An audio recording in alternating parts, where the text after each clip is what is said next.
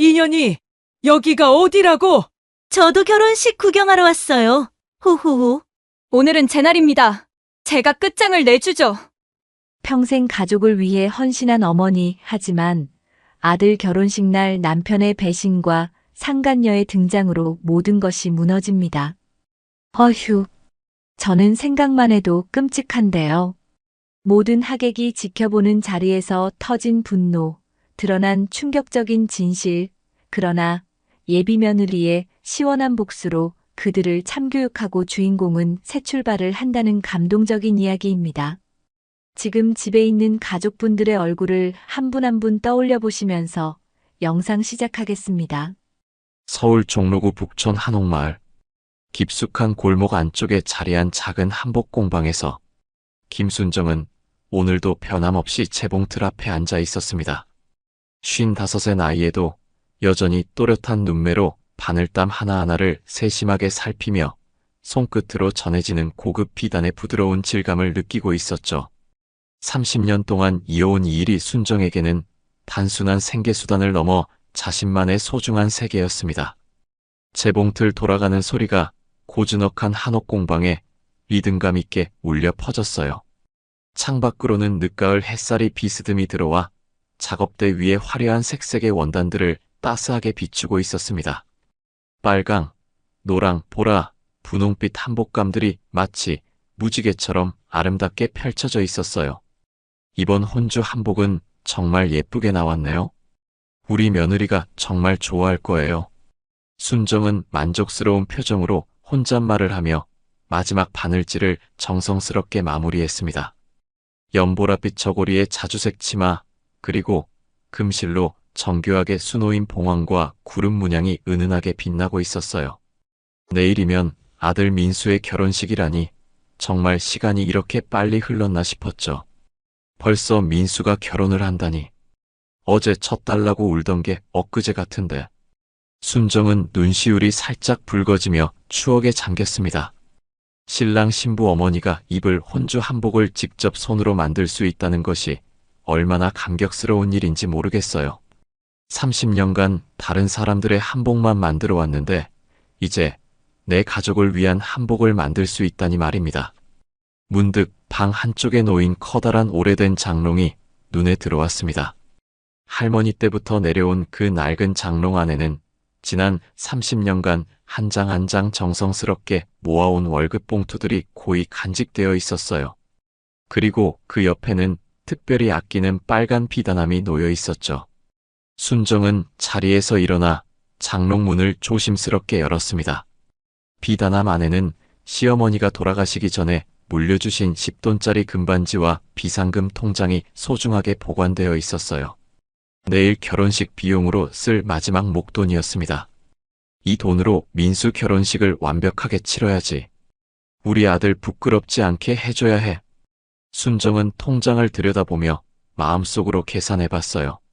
웨딩홀 잔금과 패백 준비비, 그리고 신혼여행비까지 모자람 없이 준비되어 있었습니다. 비록 넉넉하지는 않았지만 아들을 위해서라면 아낄 것이 없었어요. 그때 현관문이 삐걱거리며 열리는 소리가 들렸습니다. 여보, 나 들어왔소. 남편 정태수의 목소리가 들렸습니다. 평소보다 1시간은 늦은 귀가였어요. 요즘 들어 이런 일이 부쩍 잦아졌죠. 건설 현장 일이 바쁘다고는 하지만 뭔가 예전과는 다른 느낌이 들었습니다. 어머, 정말 늦으셨네요. 고생 많으셨어요. 밥 차려드릴게요.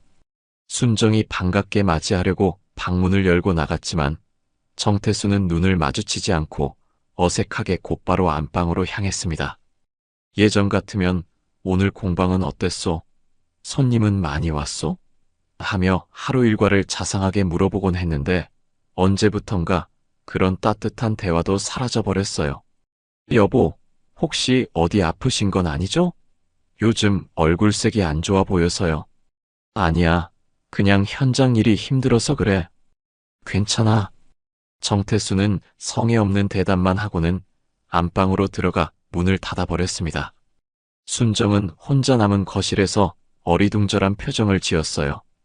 1시간 후 저녁 식탁에서도 어색한 침묵만이 흘렀습니다. 정태수는 밥을 먹으면서도 계속 스마트폰만 들여다보고 있었고 가끔 메시지 알림음이 울릴 때마다 황급히 확인하는 모습이 수상했어요. 그럴 때마다 입가에 미묘한 미소까지 지었다가 순정과 눈이 마주치면 급히 표정을 감추곤 했습니다. 여보, 내일 민수 결혼식인데 뭐가 그렇게 바쁘세요?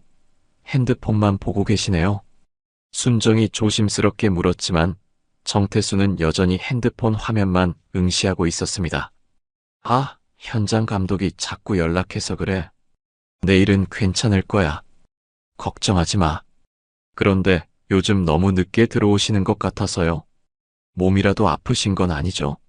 민수 결혼식 전에 몸이라도 상하면 어떻게 해요? 별일 아니니까 신경 쓰지 마. 나도 내일 결혼식이 중요한 거 안다고. 정태수의 답변은 예전처럼 따뜻하지 않았습니다. 오히려 귀찮다는 듯한 어조에 약간의 짜증까지 섞여 있었어요. 순정은 가슴 한편이 답답해지고 서늘해지는 걸 느꼈지만 내일 아들 결혼식을 앞둔 상황에서 괜한 부부싸움을 벌이고 싶지 않았습니다. 그럼 일찍 주무세요. 내일 새벽 5시부터 준비해야 하니까요. 미용실도 예약해놨고요. 순정이 그릇을 치우려고 일어설 때 정태수의 핸드폰에서 또다시 메시지 알림음이 울렸습니다. 화면에 떠오른 발신자명을 흘끗 본 순정의 눈이 순간 굳어졌어요. 하트 서연이라는 이모티콘과 함께 저장된 번호였는데 분명히 처음 보는 이름이었습니다. 정태수는 재빨리 핸드폰을 뒤집으며 자리에서 벌떡 일어났습니다. 먼저 들어가서 쉴게. 내일 일찍 일어나야 하니까. 네, 그러세요. 저도 정리하고 들어갈게요. 혼자 남은 식탁에서 순정은 찬찬히 생각에 잠겼습니다. 최근 몇 달 동안의 남편 행동들이 하나씩 영화 장면처럼 떠올랐어요. 늦은 귀가, 피하는 눈빛, 예전 같지 않은 차가운 말투, 그리고 방금 본 그 수상한 연락처까지.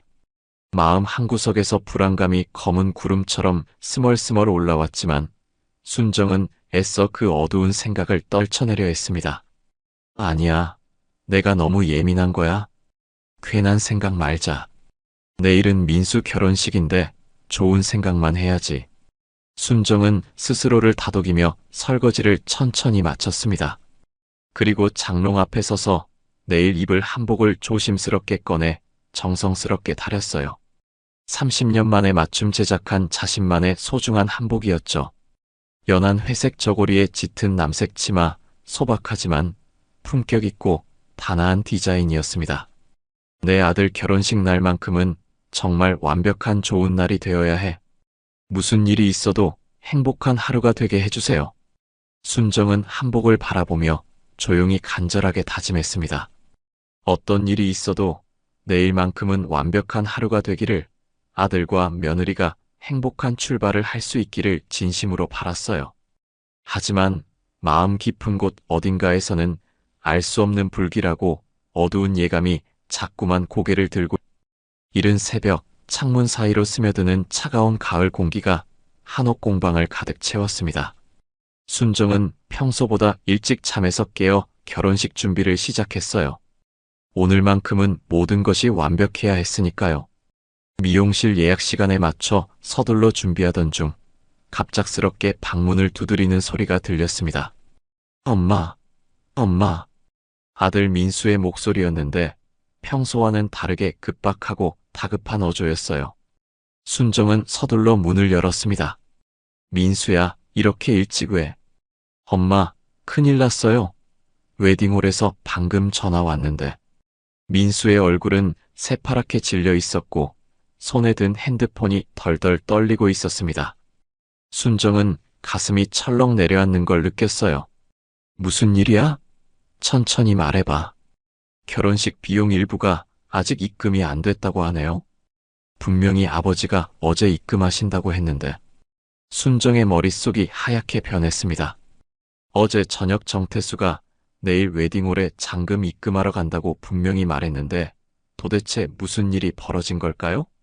얼마나 부족한데? 300만 원이요. 패백 음식값 사고 추가 장식 비용까지 합쳐서 300만 원이나? 순정은 급히 장롱으로 향했습니다. 어제 확인했던 빨간 비단함을 꺼내려는데 서랍이 열려 있는 게 이상했어요. 분명히 어제는 제대로 닫아뒀는데 말이죠. 비단함을 열어보는 순간 순정의 세상이 무너져 내렸습니다. 이게 어떻게 된 거지? 비상금 통장이 사라져 있었어요. 그리고 시어머니가 물려주신 소중한 10돈짜리 금반지도 흔적조차 없이 사라져 버렸습니다. 30년 동안 모아온 마지막 목돈과 가족의 유일한 보물이 한순간에 증발해버린 거였어요. 엄마, 왜 그러세요? 뭔가 잘못됐어요. 민수가 순정의 창백한 얼굴을 보며 불안해했습니다. 민수야, 비상금이, 금반지가. 순정은 말을 잇지 못하고 주저앉았어요. 머릿속에서는 어제 저녁 정태수의 핸드폰에 떠올랐던 그 수상한 연락처가 계속 맴돌았습니다. 하트 서연이라는 이름과 함께 말이죠. 설마 아버지가. 순정은 차마 입에 담기 어려운 생각이 스쳐 지나갔지만 현실을 받아들이기가 힘들었어요. 30년을 함께 살아온 남편이 아들의 결혼식을 하루 앞두고 이런 일을 저질렀다는 게 믿어지지 않았습니다. 엄마, 아버지 어디 계세요? 아버지는 아직 안 일어나신 것 같은데. 순정이 떨리는 목소리로 답하는 순간 정태수가 안방에서 나왔습니다. 평소와 다르게 말끔하게 차려입은 모습이었는데 웬일인지 얼굴에는 죄책감 같은 표정이 어려 있었어요. 민수야, 이렇게 일찍 왜 왔어? 아버지, 웨딩홀에서 연락 왔는데 잔금이 입금 안 됐다고 하네요. 어제 입금하신다고 하셨잖아요. 정태수의 얼굴이 순간 굳어졌습니다. 순정은 남편의 표정 변화를 놓치지 않았어요. 그게 말이야. 아버지, 혹시 무슨 일 있으셨어요? 돈을 못 입금하신 특별한 이유라도? 민수가 다그치듯 물었지만 정태수는 눈을 이리저리 굴리며 제대로 된 답변을 하지 못했습니다. 여보. 순정이 차가운 목소리로 남편을 불렀어요. 그 순간 정태수의 어깨가 움츠러들었습니다. 비상금 통장하고 금반지 어디 있어요? 그게 무슨... 정태수, 나한테 거짓말하지 마세요. 장롱에서 다 사라졌어요. 순정의 목소리는 떨리고 있었지만 그 안에는 30년 동안 쌓여온 분노와 배신감이 가득 담겨 있었습니다. 엄마, 아버지, 도대체 무슨 일이에요? 오늘 내 결혼식인데 이게 뭐예요? 민수가 울먹이며 소리쳤습니다. 평생 기다려온 자신의 결혼식이 이상한 분위기로 흘러가는 게 견딜 수 없었어요. 민수야, 미안하다. 아버지가 잠깐 급한 일이 생겨서. 급한 일이 뭔데요? 내 결혼식보다 더 급한 일이 뭐가 있다고 그러세요? 그건 설명하기 복잡한데. 정태수가 말을 흐리는 사이 순정의 핸드폰이 울렸습니다. 웨딩홀에서 걸려온 전화였어요. 네, 김순정입니다. 어머님, 죄송합니다만 오늘 예식 진행에 차질이 생길 것 같습니다. 잔금 입금이 확인되지 않아서 일부 서비스 제공이 어려울 것 같은데. 네? 그게 무슨 말씀이세요? 오늘 오전까지 입금이 되지 않으면 패백 음식 준비와 추가 장식을 취소해야 할 것 같습니다. 전화를 끄는 순정의 얼굴은 절망으로 가득했어요. 하객들은 이미 예식장으로 향하고 있을 텐데 이런 상황에서 어떻게 결혼식을 치를 수 있을까요? 여보, 정말로 마지막으로 물어볼게요. 우리 돈 어디다 썼어요? 순정의 목소리는 더 이상 떨리지 않았습니다. 오히려 차갑고 단호했어요. 정태수는 한참 동안 말없이 서 있다가 결국 고개를 숙였습니다. 미안해. 정말 미안해. 사과는 나중에 하고 지금 당장 돈부터 마련해요. 어떻게든 해결해야 해요. 그게 쉽지 않을 것 같은데. 쉽지 않다고? 그럼 처음부터 왜 건드렸어요? 순정은 남편을 향해 소리쳤습니다. 30년 결혼 생활에서 처음으로 목소리를 높인 거였어요. 민수는 부모의 이상한 분위기를 보며 불안해하고 있었고 시계 바늘은 무정하게 결혼식 시간을 향해 달려가고 있었습니다. 순정의 마음속에서는 어제 본 그 수상한 연락처가 계속 떠올랐어요. 설마 남편이 다른 여자 때문에 가족의 돈을 가져간 건 아닐까 하는 끔찍한 상상이 머리를 떠나지 않았습니다. 지금이라도 늦지 않았어요. 어떻게든 돈을 구해와요. 순정이 간절하게 말했지만 정태수의 표정은 이미 체념한 듯 보였습니다. 그 순간 순정은 직감적으로 알았어요. 오늘은 절대 평범한 결혼식이 될 수 없을 거라는 걸 말이죠. 결국 어떻게든 급한 불은 껐습니다. 순정이 한복공방 단골 고객들에게 급히 연락해서 돈을 빌려 웨딩홀 잔금을 겨우 마련할 수 있었어요. 하지만 마음속 깊은 곳에서는 여전히 불안감이 가시지 않았습니다. 정태수의 수상한 행동과 사라진 돈, 그리고 어제 본 그 이상한 연락처까지 모든 게 뒤엉켜 있었어요. 엄마, 정말 괜찮으세요? 얼굴이 너무 안 좋아 보여요. 미용실에서 헤어와 메이크업을 마친 며느리 윤희가 걱정스러운 표정으로 순정을 바라봤습니다. 순정은 애써 미소를 지으며 대답했어요. 괜찮아요, 윤희야. 오늘은 너희들만 생각할 거예요. 우리 예쁜 며느리 정말 아름다워요. 어머니도 정말 우아하세요. 한복이 너무 잘 어울려요. 윤희는 순정이 직접 만든 연한 회색 저고리와 짙은 남색 치마를 입은 모습을 보며 감탄했습니다. 하지만 순정의 눈가에는 어제부터 계속된 걱정으로 인한 어두운 그림자가 드리워져 있었어요. 웨딩홀에 도착하자 이미 하객들이 속속 도착하고 있었습니다. 친척들과 동네 사람들, 그리고 민수의 친구들까지 예식장 로비는 축제 분위기로 가득했어요. 모든 사람들이 행복한 표정으로 신랑 신부를 축하하고 있었습니다. 순정 언니, 정말 오랜만이네요. 민수 장가가는 걸 보니까 정말 감회가 새로워요. 맞아요. 벌써 이렇게 클 줄 몰랐는데. 동네 아주머니들이 둘러싸고 이야기를 나누는 가운데 순정은 계속 입구 쪽을 힐끔힐끔 바라봤어요. 정태수가 아직 나타나지 않았거든요. 예식 시작까지 이제 30분도 채 남지 않았는데 말이죠. 어머니, 아버지는 언제 오시나요? 윤희가 조심스럽게 물었습니다. 곧 오실 거예요.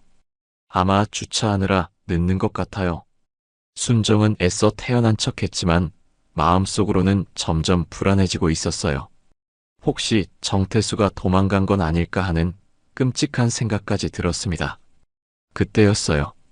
예식장 자동문이 미끄러지듯 열리면서 정태수가 모습을 드러냈습니다. 평소보다 훨씬 말끔하게 차려입은 모습이었는데 새 양복에 넥타이까지 완벽하게 매고 있었어요.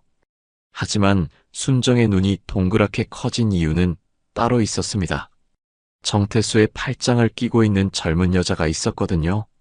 하얀 원피스를 입은 20대 후반쯤으로 보이는 여자였는데 짙은 화장에 빨간 립스틱이 유난히 도드라져 보였어요.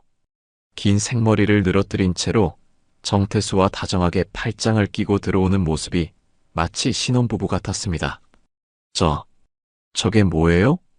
윤희가 충격받은 표정으로 중얼거렸어요. 예식장 로비에 있던 하객들의 시선이 일제히 입구로 쏠렸습니다. 웅성웅성하는 소리가 점점 커지기 시작했어요. 저 여자가 누구야? 아버지랑 팔짱 끼고 온 저 젊은 여자는 뭐지? 이상하네. 오늘 민수 결혼식인데. 순정은 다리에 힘이 빠져나가는 걸 느꼈습니다. 어제 남편 핸드폰에서 본 하트 서연이라는 이름이 번개처럼 머릿속을 스쳤어요. 설마 저 여자가 그 서연일까요? 젊은 여자는 주변의 시선 따위는 전혀 신경 쓰지 않는다는 듯이 당당하게 걸어왔습니다. 오히려 입가에는 비웃는 듯한 미소까지 띄고 있었어요. 여보, 여기 있었구나. 정태수가 큰 소리로 순정을 부르더니 그 젊은 여자와 함께 다가왔습니다. 순정은 말문이 막혀서 아무 말도 할 수 없었어요. 순정 씨, 안녕하세요. 젊은 여자가 예의 없게 반말투로 인사했습니다. 그 순간 윤희의 얼굴이 새파랗게 변했어요. 아버님, 오늘이 제 결혼식인데 이분은 누구시죠? 윤희가 떨리는 목소리로 물었습니다. 평소 얌전하고 예의 바른 윤희로서는 이런 상황이 당황스러울 수밖에 없었어요. 아, 이분은.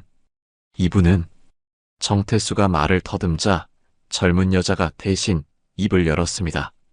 안녕하세요, 박서연이에요. 태수 오빠의, 뭐라고 해야 할까요? 박서연이라는 이름을 들은 순간 순정의 머릿속이 하얗게 변했어요. 역시 어제 핸드폰에서 본 그 여자가 맞았습니다. 신부가 둘이네요? 이거 재미있는데? 박서연이 윤희를 훑어보며 비웃듯 말했습니다. 그 말에 윤희의 얼굴이 순간 일그러졌어요. 뭐라고요? 지금 뭐라고 하신 거예요? 아, 미안해요. 농담이었어요.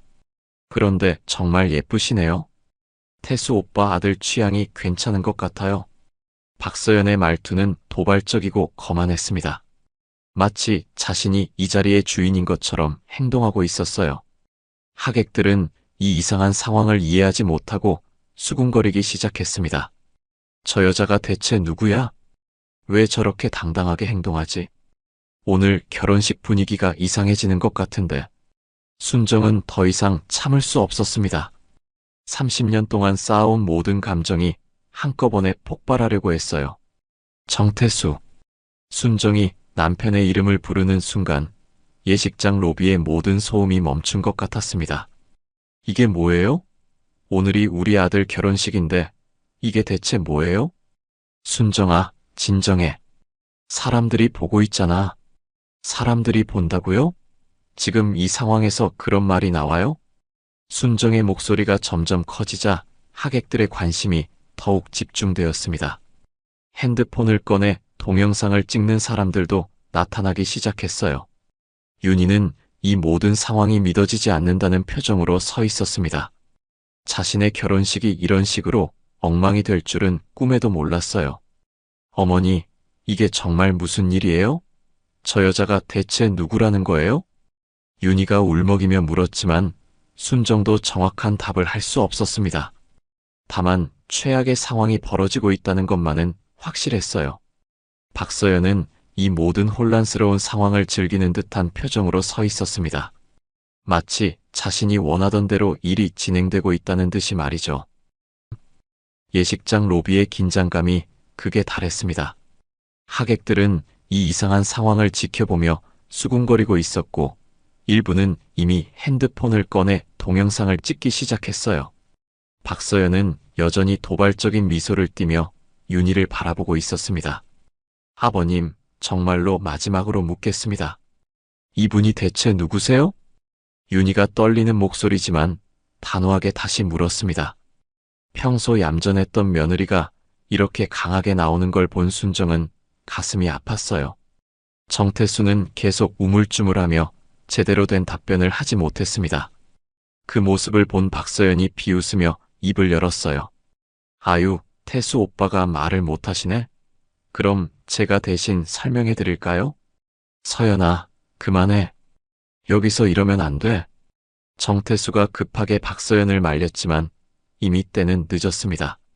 저는 태수 오빠의 진짜 사랑하는 사람이에요. 몇 달 전부터 같이 살고 있거든요. 그런데 오늘 보니까 신부가 정말 예쁘네요. 태수 오빠 아들 취향 좋은데? 박서연의 말에 예식장이 순간 조용해졌습니다. 하객들은 믿을 수 없다는 표정으로 이 상황을 지켜보고 있었어요. 뭐라고요? 지금 뭐라고 하신 거예요? 윤희의 얼굴이 새빨갛게 달아올랐습니다. 자신의 결혼식 날에 시아버지의 불륜 상대가 나타나서 이런 말을 하다니 상상도 못했던 일이었어요. 몇 달 전부터 같이 살았다고요? 그럼 저희가 결혼 준비하는 동안 계속? 맞아요.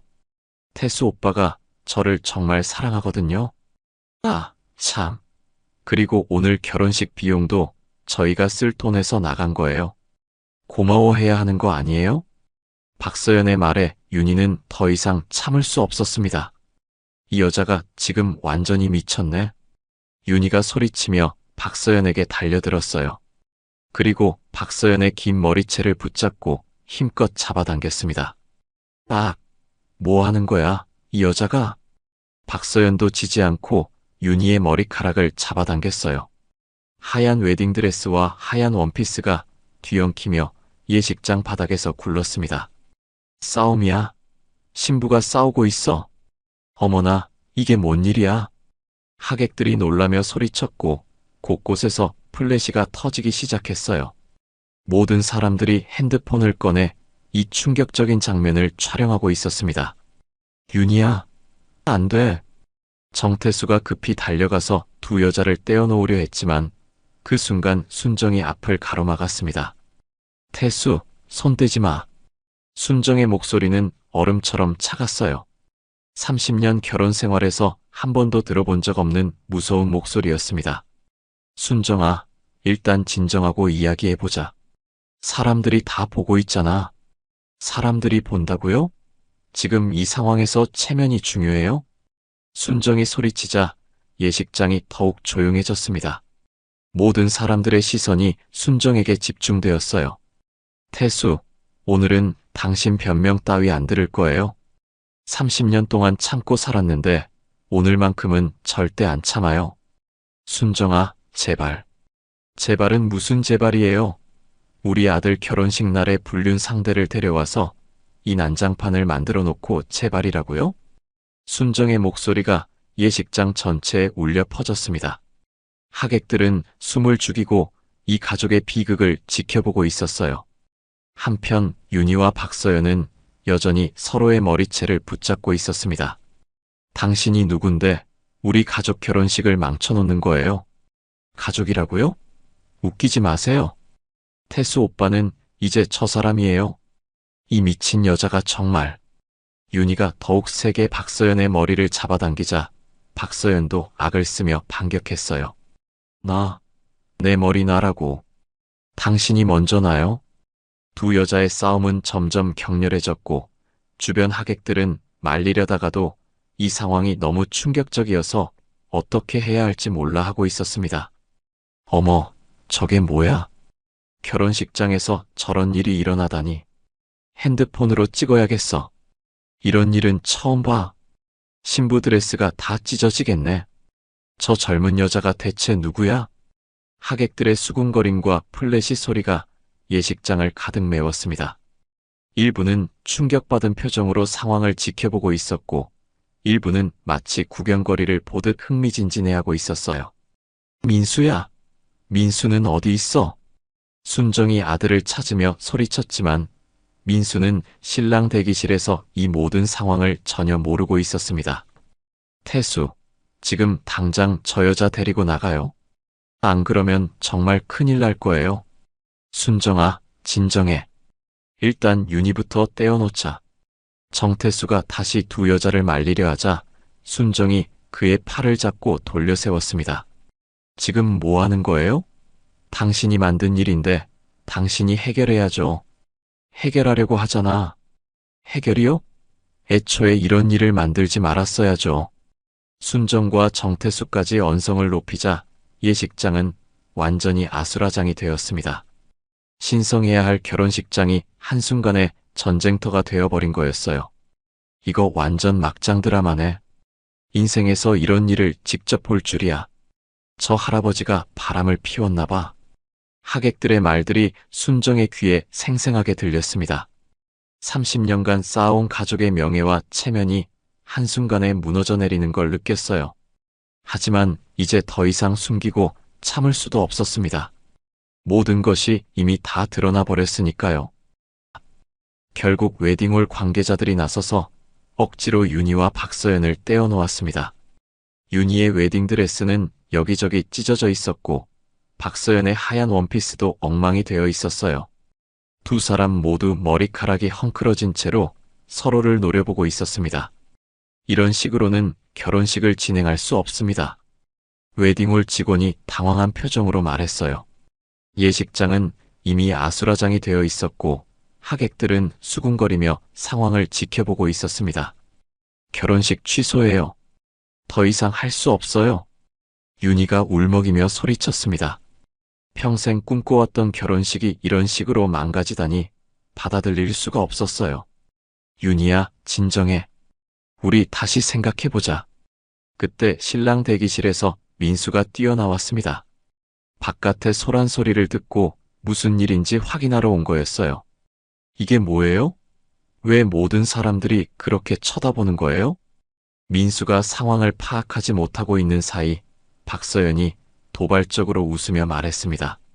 어머, 신랑님이셨구나. 아버님하고 정말 닮으셨네요. 태수 오빠의 아들이니까 당연하겠지만요. 저 여자가 누구예요? 왜 우리 아버지를 오빠라고 불러요? 민수의 얼굴이 점점 굳어갔습니다. 뭔가 심각한 일이 벌어졌다는 걸 직감했어요. 민수야, 나중에 설명해 줄게. 일단 여기서 나가자. 순정이 아들의 팔을 잡고 끌고 가려 했지만 박서연이 큰 소리로 말했습니다. 아, 설명해 주세요. 저도 궁금해요. 태수 오빠가 아들한테 저 얘기를 어떻게 하실지. 서연아, 제발 그만해. 정태수가 절규하듯 소리쳤지만 이미 모든 것이 엉망이 되어버렸어요. 하객들은 하나둘씩 예식장을 떠나기 시작했습니다. 누군가는 안타까운 표정으로, 누군가는 흥미진진한 표정으로 이 가족의 비극을 뒤로하고 발걸음을 돌렸어요. 이런 결혼식은 처음 봐. 불쌍하다, 정말. 신부가 얼마나 충격받았을까. 저 남자가 바람을 피운 게 분명해. 요즘 남자들은 정말 믿을 수가 없어. 하객들의 수군거림이 예식장을 떠나면서도 계속 이어졌습니다. 순정은 귀가 따갑고 얼굴이 화끈거렸어요. 30년간 쌓아온 모든 것이 한순간에 무너져 내리는 기분이었습니다. 결혼식은 공식적으로 취소되었고 저녁 무렵 모든 하객들이 돌아간 후 순정의 집에는 무거운 침묵만이 흘렀습니다. 민수와 윤희 그리고 순정만이 거실에 앉아 있었어요. 정태수는 박서영과 함께 어디론가 사라져버렸습니다. 엄마, 도대체 무슨 일이에요? 아버지가 정말 바람을 피운 거예요? 민수가 떨리는 목소리로 물었습니다. 아직도 상황을 완전히 받아들이지 못하고 있었어요. 민수야, 엄마도 정확히는 몰라. 하지만 오늘 일을 보니까 순정은 말을 잇지 못했습니다. 설마 이런 일이 현실이 될 줄은 꿈에도 몰랐어요. 그때 윤희가 조용히 입을 열었습니다. 어머니, 사실 저는 좀 알고 있었어요. 뭐라고? 순정과 민수가 동시에 윤희를 바라봤습니다. 저희 어머니가 몇 주 전에 말씀하셨거든요. 민수 아버님이 요즘 젊은 여자와 자주 다닌다는 얘기를 들었다고. 뭐라고요? 우리 예비 사돈어른이 알고 계셨다고요? 순정의 목소리가 떨렸습니다. 동네 사람들이 모두 알고 있는 일을 자신만 모르고 있었다는 게 믿어지지 않았어요. 네. 그리고 며칠 전부터는 아예 그 여자와 모텔에서 지낸다는 얘기까지 들었대요. 모텔에서요? 민수가 충격받은 표정으로 되물었습니다. 근데 저희 어머니는 결혼식 전에 말하면 안 될 것 같아서 일단 조용히 하셨대요. 결혼식 끝나고 말씀드리려고 하셨는데. 윤희의 말에 순정은 머릿속이 하얗게 변했습니다. 온 동네가 다 아는 일을 자신만 모르고 있었다니 이보다 더 참담한 일이 있을까요? 내 인생이 도대체 뭐였을까요? 순정이 중얼거리며 주저앉았습니다. 30년간 믿고 살아온 모든 것이 거짓이었다는 사실을 받아들이기가 힘들었어요. 어머니, 그런데 하나 더 말씀드릴 게 있어요. 윤희가 조심스럽게 말하더니 가방에서 작은 USB를 꺼냈습니다. 이게 뭐예요? 저희 어머니가 사립탐정한테 의뢰해서 조사한 자료예요. 여기에 호텔 출입 영상하고 계좌 거래 내역이 다 들어있대요. 순정의 눈이 동그랗게 커졌습니다. 사립탐정이요? 네, 저희 어머니가 민수 아버님 행동이 수상해서 몇 달 전부터 조사를 의뢰하셨대요. 원래는 결혼 후에 보여드리려고 했는데 윤희가 USB를 순정에게 건네주었습니다. 어머니, 여기 보시면 아버님이 그 여자한테 돈을 얼마나 많이 줬는지도 나와 있어요. 그리고 둘이 호텔에 드나드는 영상도 있고요. 호텔 영상까지요? 민수가 믿을 수 없다는 표정으로 물었습니다. 네, 아버님이 그 박서연이라는 여자한테 매달 몇백만 원씩 보내주셨더라고요. 그리고 비싼 선물도 많이 사주시고. 순정은 USB를 받아들고 한참 동안 말없이 바라봤습니다. 이 작은 저장 장치 안에 남편의 배신과 자신의 인생이 무너진 증거들이 모두 들어있다는 게 믿어지지 않았어요.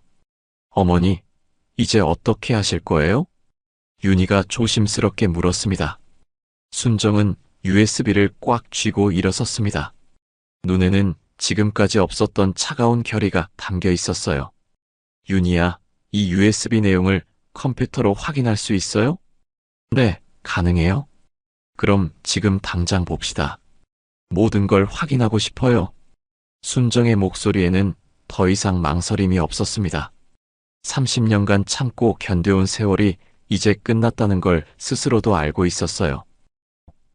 윤희가 가져온 노트북으로 USB 내용을 확인하는 순간 거실에 있던 세 사람 모두 말을 잃었습니다. 화면에는 상상도 못했던 충격적인 영상들과 자료들이 가득했어요. 이게 정말 우리 아버지예요? 민수가 떨리는 목소리로 물었습니다. 화면 속에는 정태수가 박서영과 함께 고급 호텔 로비에서 웃으며 키스하는 장면이 선명하게 담겨 있었어요. 마치 신혼부부처럼 다정한 모습이었습니다. 어머니, 이것 좀 보세요. 윤희가 다른 파일을 클릭했습니다. 계좌 거래 내역이 화면에 나타났는데 정태수가 박서연에게 송금한 금액이 줄지어 나와 있었어요. 300만 원, 200만 원, 500만 원. 순정이 하나하나 읽어가며 계산해보니 총액이 몇 천만 원에 달했습니다. 그 돈이 모두 자신이 30년간 모은 돈과 가족 생활비에서 나간 것이었어요. 이 여자한테 이렇게 많은 돈을 줬다고요? 우리가 아껴가며 모은 돈을. 순정의 목소리가 분노로 떨렸습니다. 어머니, 더 충격적인 게 있어요. 윤희가 또 다른 파일을 열었습니다. 박서연이 정태수와 함께 찍은 사진들이 나왔는데 배경을 보니 제주도, 부산, 강릉 등 여러 여행지였어요. 이 사진들 날짜를 보세요. 아버님이 출장 간다고 하셨던 날들과 정확히 일치해요. 출장이 아니라 불륜 여행이었다는 거네요. 민수가 주먹을 꽉 쥐며 말했습니다. 그리고 이것 좀 보세요. 윤희가 마지막 파일을 열자 더욱 충격적인 내용이 나왔습니다. 박서연이 정태수에게 보낸 문자 메시지들이었어요. 오빠, 오늘도 집에 가야 해요?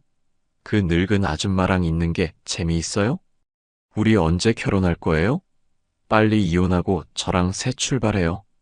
오빠 아들 결혼식 때 가서 깜짝 놀라게 해줄까요? 상상만 해도 재미있을 것 같은데? 순정은 문자 내용을 읽으며 온몸이 부들부들 떨렸습니다. 자신을 늙은 아줌마라고 부르고 결혼식을 망치려고 계획적으로 나타난 것이었어요. 계획적이었구나. 오늘 일이 우연이 아니었어. 어머니, 그리고 이 여자가 다른 남자들한테도 똑같은 짓을 했다는 증거도 있어요. 윤희가 추가 자료를 보여주었습니다. 박서연이 여러 기혼 남성들과 만나며 돈을 받아낸 기록들이 있었어요. 이 여자가 전문적으로 이런 일을 하는 거네요. 아버님은 그냥 호구였던 거예요. 민수가 분개하며 말했습니다.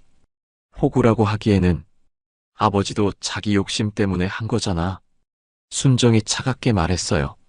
남편에 대한 마지막 정도 이제 완전히 사라져버렸습니다.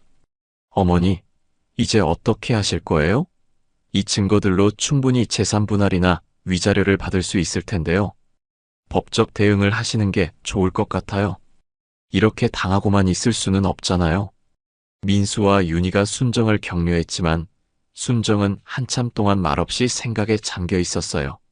밤이 깊어가고 민수와 윤희가 집으로 돌아간 후 순정은 혼자 남은 거실에서 USB를 다시 들여다봤습니다. 이 작은 저장 장치 안에 담긴 진실이 자신의 인생을 완전히 바꿔놓았어요. 30년이 이렇게 허무하게 끝나는구나. 순정은 중얼거리며 장롱으로 향했습니다. 어제까지만 해도 소중하게 여겼던 빨간 비단함을 다시 꺼냈어요. 비상금 통장과 금반지는 없어졌지만 그 밑에 숨겨둔 오래된 주소록은 여전히 그 자리에 있었습니다. 낡은 주소록을 넘기며 순정은 특정한 이름을 찾고 있었어요. 젊은 시절 고등학교 동창이자 지금은 변호사가 된 박성자의 연락처였습니다. 박성자, 변호사, 있었다. 주소록에서 그 이름을 찾은 순정은 잠시 망설였습니다. 성자는 상간소송 전문 변호사로 유명했어요. 신문에서 몇 번 봤던 기억이 있었습니다. 이제 더 이상 참고 살 수는 없어. 순정은 더 이상 망설이지 않고 핸드폰을 들어 번호를 눌렀습니다.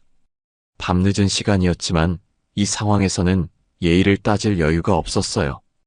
여보세요? 익숙한 목소리가 들렸습니다. 30년 만에 듣는 성자의 목소리였어요. 성자야, 나 순정이야. 어머, 순정이? 정말 오랜만이네. 근데 이 시간에 웬일이야? 성자야, 미안한데. 내 도움이 필요해. 순정의 목소리는 전혀 떨리지 않았습니다. 오히려 단호하고 차분했어요. 무슨 일인데? 목소리가 심상치 않은데? 남편이 바람을 피웠어. 그것도 몇 년 동안. 오늘 아들 결혼식에 불륜 상대를 데려와서 난장판을 만들었어. 뭐라고? 결혼식에? 성자의 목소리에 놀람이 담겨 있었어요. 응, 그리고 우리 돈도 다 가져다가 그 여자한테 줬어. 수천만 원을 말이야. 순정아, 그럼 지금 당장 만나자. 내일 아침에 사무실로 와. 증거 자료도 다 가져오고. 증거는 충분해. 사립탐정이 조사한 자료가 있거든. 그럼 완벽하네. 순정아, 이번에는 제대로 해보자. 내가 당한 만큼 다 받아내는 거야. 성자의 말에서 든든함이 느껴졌어요. 성자야, 정말 고마워. 내가 이렇게 살 줄 몰랐는데. 괜찮아, 순정아. 이제부터는 내가 주도권을 잡는 거야. 더 이상 당하고만 있지 마. 전화를 끄는 순정은 USB를 꽉 쥐고 창밖을 바라봤습니다. 새벽 공기가 차갑게 느껴졌지만 마음속에는 오히려 따뜻한 무언가가 올라오고 있었어요. 이제 내 인생은 나를 위해 사는 거야. 순정의 목소리에는 더 이상 두려움이나 망설임이 없었습니다. 30년간 참고 견뎌온 시간이 이제 끝났다는 확신이 있었어요. 며칠 후 순정은 변호사 박성자와 함께 철저한 준비를 마쳤습니다. 박성자의 법무사무소에서 모든 증거 자료를 검토하고 법적 대응 방안을 세심하게 계획했어요. 이제 마지막 대결만이 남아 있었습니다. 순정아, 오늘이 가장 중요한 날이야. 내가 당한 모든 걸 다 받아낼 거야. 박성자가 서류 가방을 들며 격려했습니다. 30년 만에 만난 동창이었지만 마치 오래된 전우 같은 든든함이 있었어요. 성자야, 정말 고마워. 너 아니었으면 어떻게 했을지 몰라. 당연한 거야. 우리가 언제부터 남이었어? 그리고 이런 놈들은 제대로 혼내줘야 해. 두 사람은 예식장 회의실로 향했습니다. 순정의 요청으로 양가 가족과 주요 하객들이 모이기로 한 자리였어요. 정태수와 박서연, 그리고 민수와 윤희의 부모님까지 모든 관련자들이 참석했습니다. 회의실에 들어서자 이미 사람들이 자리를 잡고 앉아 있었어요. 정태수는 맨 앞자리에 고개를 숙이고 있었고 박서연은 옆에서 불안한 표정을 짓고 있었습니다. 민수와 윤희는 부모님과 함께 한쪽에 앉아 있었어요. 모두들 와주셔서 감사합니다. 박성자가 정중하게 인사하며 자리에 섰습니다.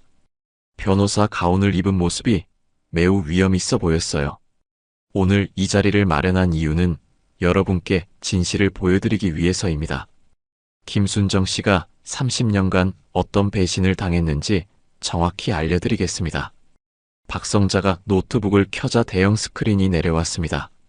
회의실이 조용해지며 모든 사람들의 시선이 스크린에 집중되었어요. 첫 번째 증거입니다. 스크린에 호텔 CCTV 영상이 재생되기 시작했습니다. 정태수와 박서연이 고급 호텔 로비에서 웃으며 키스하는 장면이 선명하게 나타났어요. 두 사람이 마치 신혼부부처럼 다정하게 행동하는 모습이었습니다. 이게 뭐예요? 윤희 어머니가 충격받은 표정으로 중얼거렸어요. 지난 몇 개월 동안 정태수 씨와 박서연 씨가 여러 호텔에서 만난 영상들입니다. 총 23번의 만남이 기록되어 있습니다. 박성자가 차분하게 설명하는 동안 회의실 안의 사람들은 말을 잃고 영상을 지켜봤어요. 두 번째 증거입니다. 이번에는 계좌 거래 내역이 화면에 나타났습니다. 정태수가 박서연에게 송금한 내역들이 줄지어 나와 있었어요. 300만 원, 500만 원, 200만 원. 총 송금액은 4,700만 원입니다. 4,700만 원이요? 민수가 벌떡 일어서며 소리쳤습니다. 네, 맞습니다. 김순정 씨 명의 통장에서 나간 돈과 가족 생활비가 모두 박서연 씨에게 전달되었습니다. 박성자의 말에 회의실이 술렁였어요. 윤희의 부모님은 놀란 표정으로 서로를 바라봤고 민수는 주먹을 꽉 쥐고 있었습니다. 세 번째 증거입니다. 스크린에 문자 메시지 내용이 나타났어요.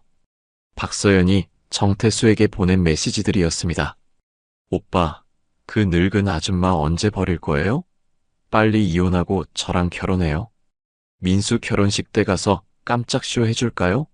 상상만 해도 재미있을 것 같은데요. 오늘도 집에 가야 해요? 그 할멈이랑 있는 게 재미있나요? 메시지 내용을 읽은 사람들의 얼굴이 점점 굳어갔습니다. 특히 윤희 어머니는 분노로 얼굴이 빨갛게 달아올랐어요. 이런 계집이 있나? 사람이 어떻게 이럴 수가 있어?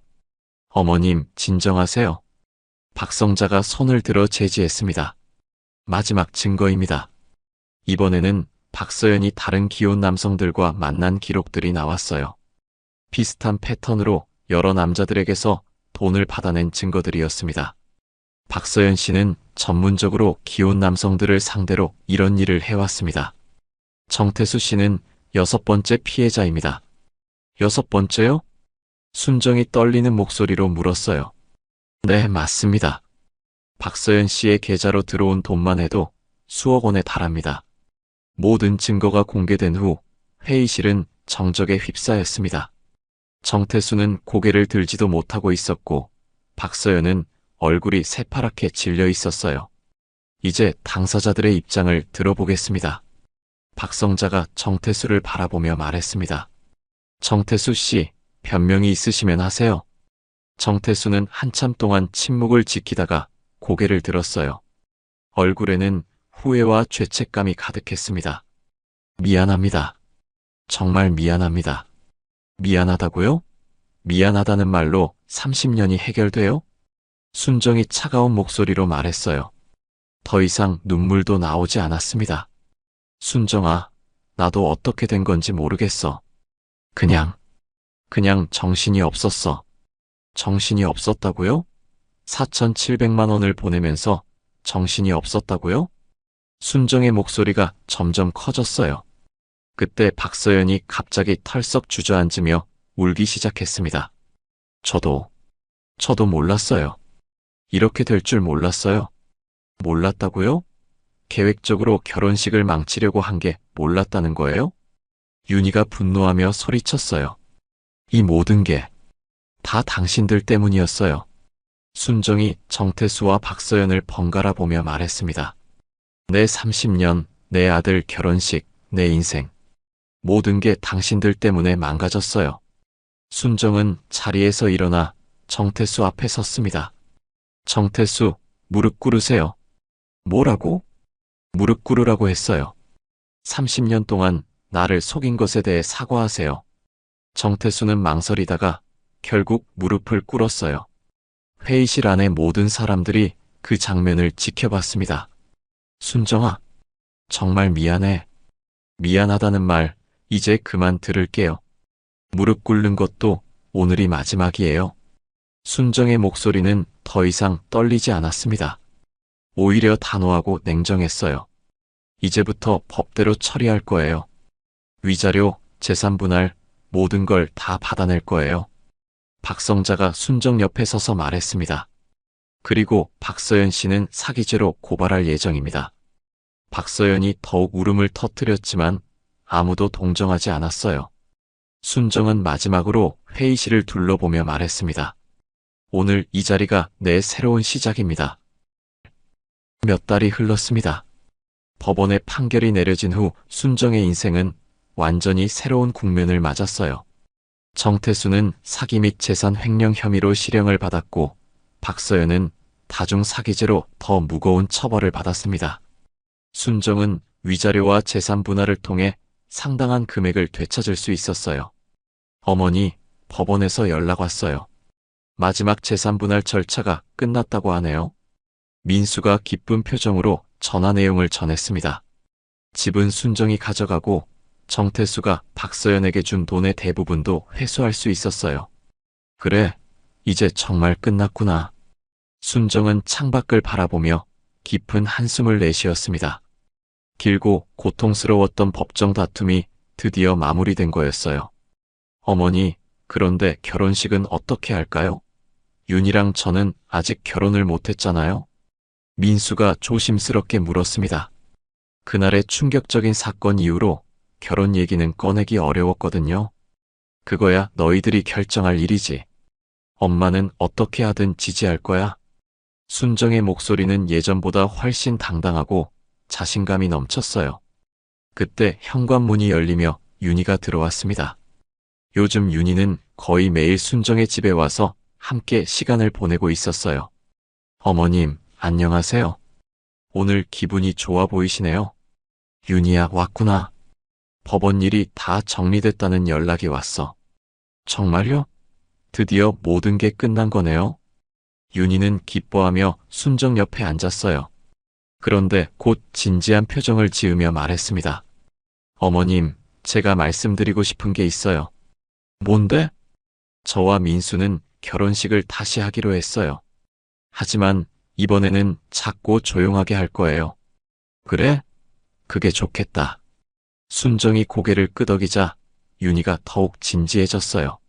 그런데 어머님, 저희가 결혼한 후에도 어머님과 함께 살고 싶어요. 함께 살자고? 네, 어머님 혼자 계시기 힘드실 것 같아서요. 그리고 저도 어머님과 함께 있고 싶어요. 윤희의 말에 순정은 깜짝 놀랐어요. 윤희야, 고마운 마음은 알겠지만 신혼부부가 시어머니와 함께 사는 게 쉽지 않을 텐데. 어머님, 저희는 진짜 가족이 되고 싶어요. 시어머니와 며느리가 아니라 정말 가족 말이에요. 윤희의 진심 어린 말에 순정의 눈시울이 붉어졌어요. 윤희야, 어머님, 그날 일을 겪고 나서 깨달았어요. 진짜 가족이 뭔지 말이에요. 어머님이 얼마나 힘드셨을지, 얼마나 외로우셨을지. 윤희가 순정의 손을 꼭 잡았어요. 저희가 어머님을 지켜드릴게요. 다시는 혼자 아프지 마세요. 민수도 어머니 옆으로 다가와 앉았습니다. 엄마, 저도 윤희 말에 동감해요. 우리가 함께 새로운 가족을 만들어가요. 우리 셋이서 정말 행복한 가정을 만들어요. 순정은 두 젊은이의 따뜻한 마음에 감동받았어요. 30년간 혼자 견뎌왔던 외로움이 한순간에 사라지는 기분이었습니다. 그럼 정말 함께 살 거야? 네. 저희가 어머님 진짜 딸, 아들이 되어드릴게요. 윤희가 환하게 웃으며 대답했어요. 한 달 후, 작은 교회에서 민수와 윤희의 조촐한 결혼식이 열렸습니다.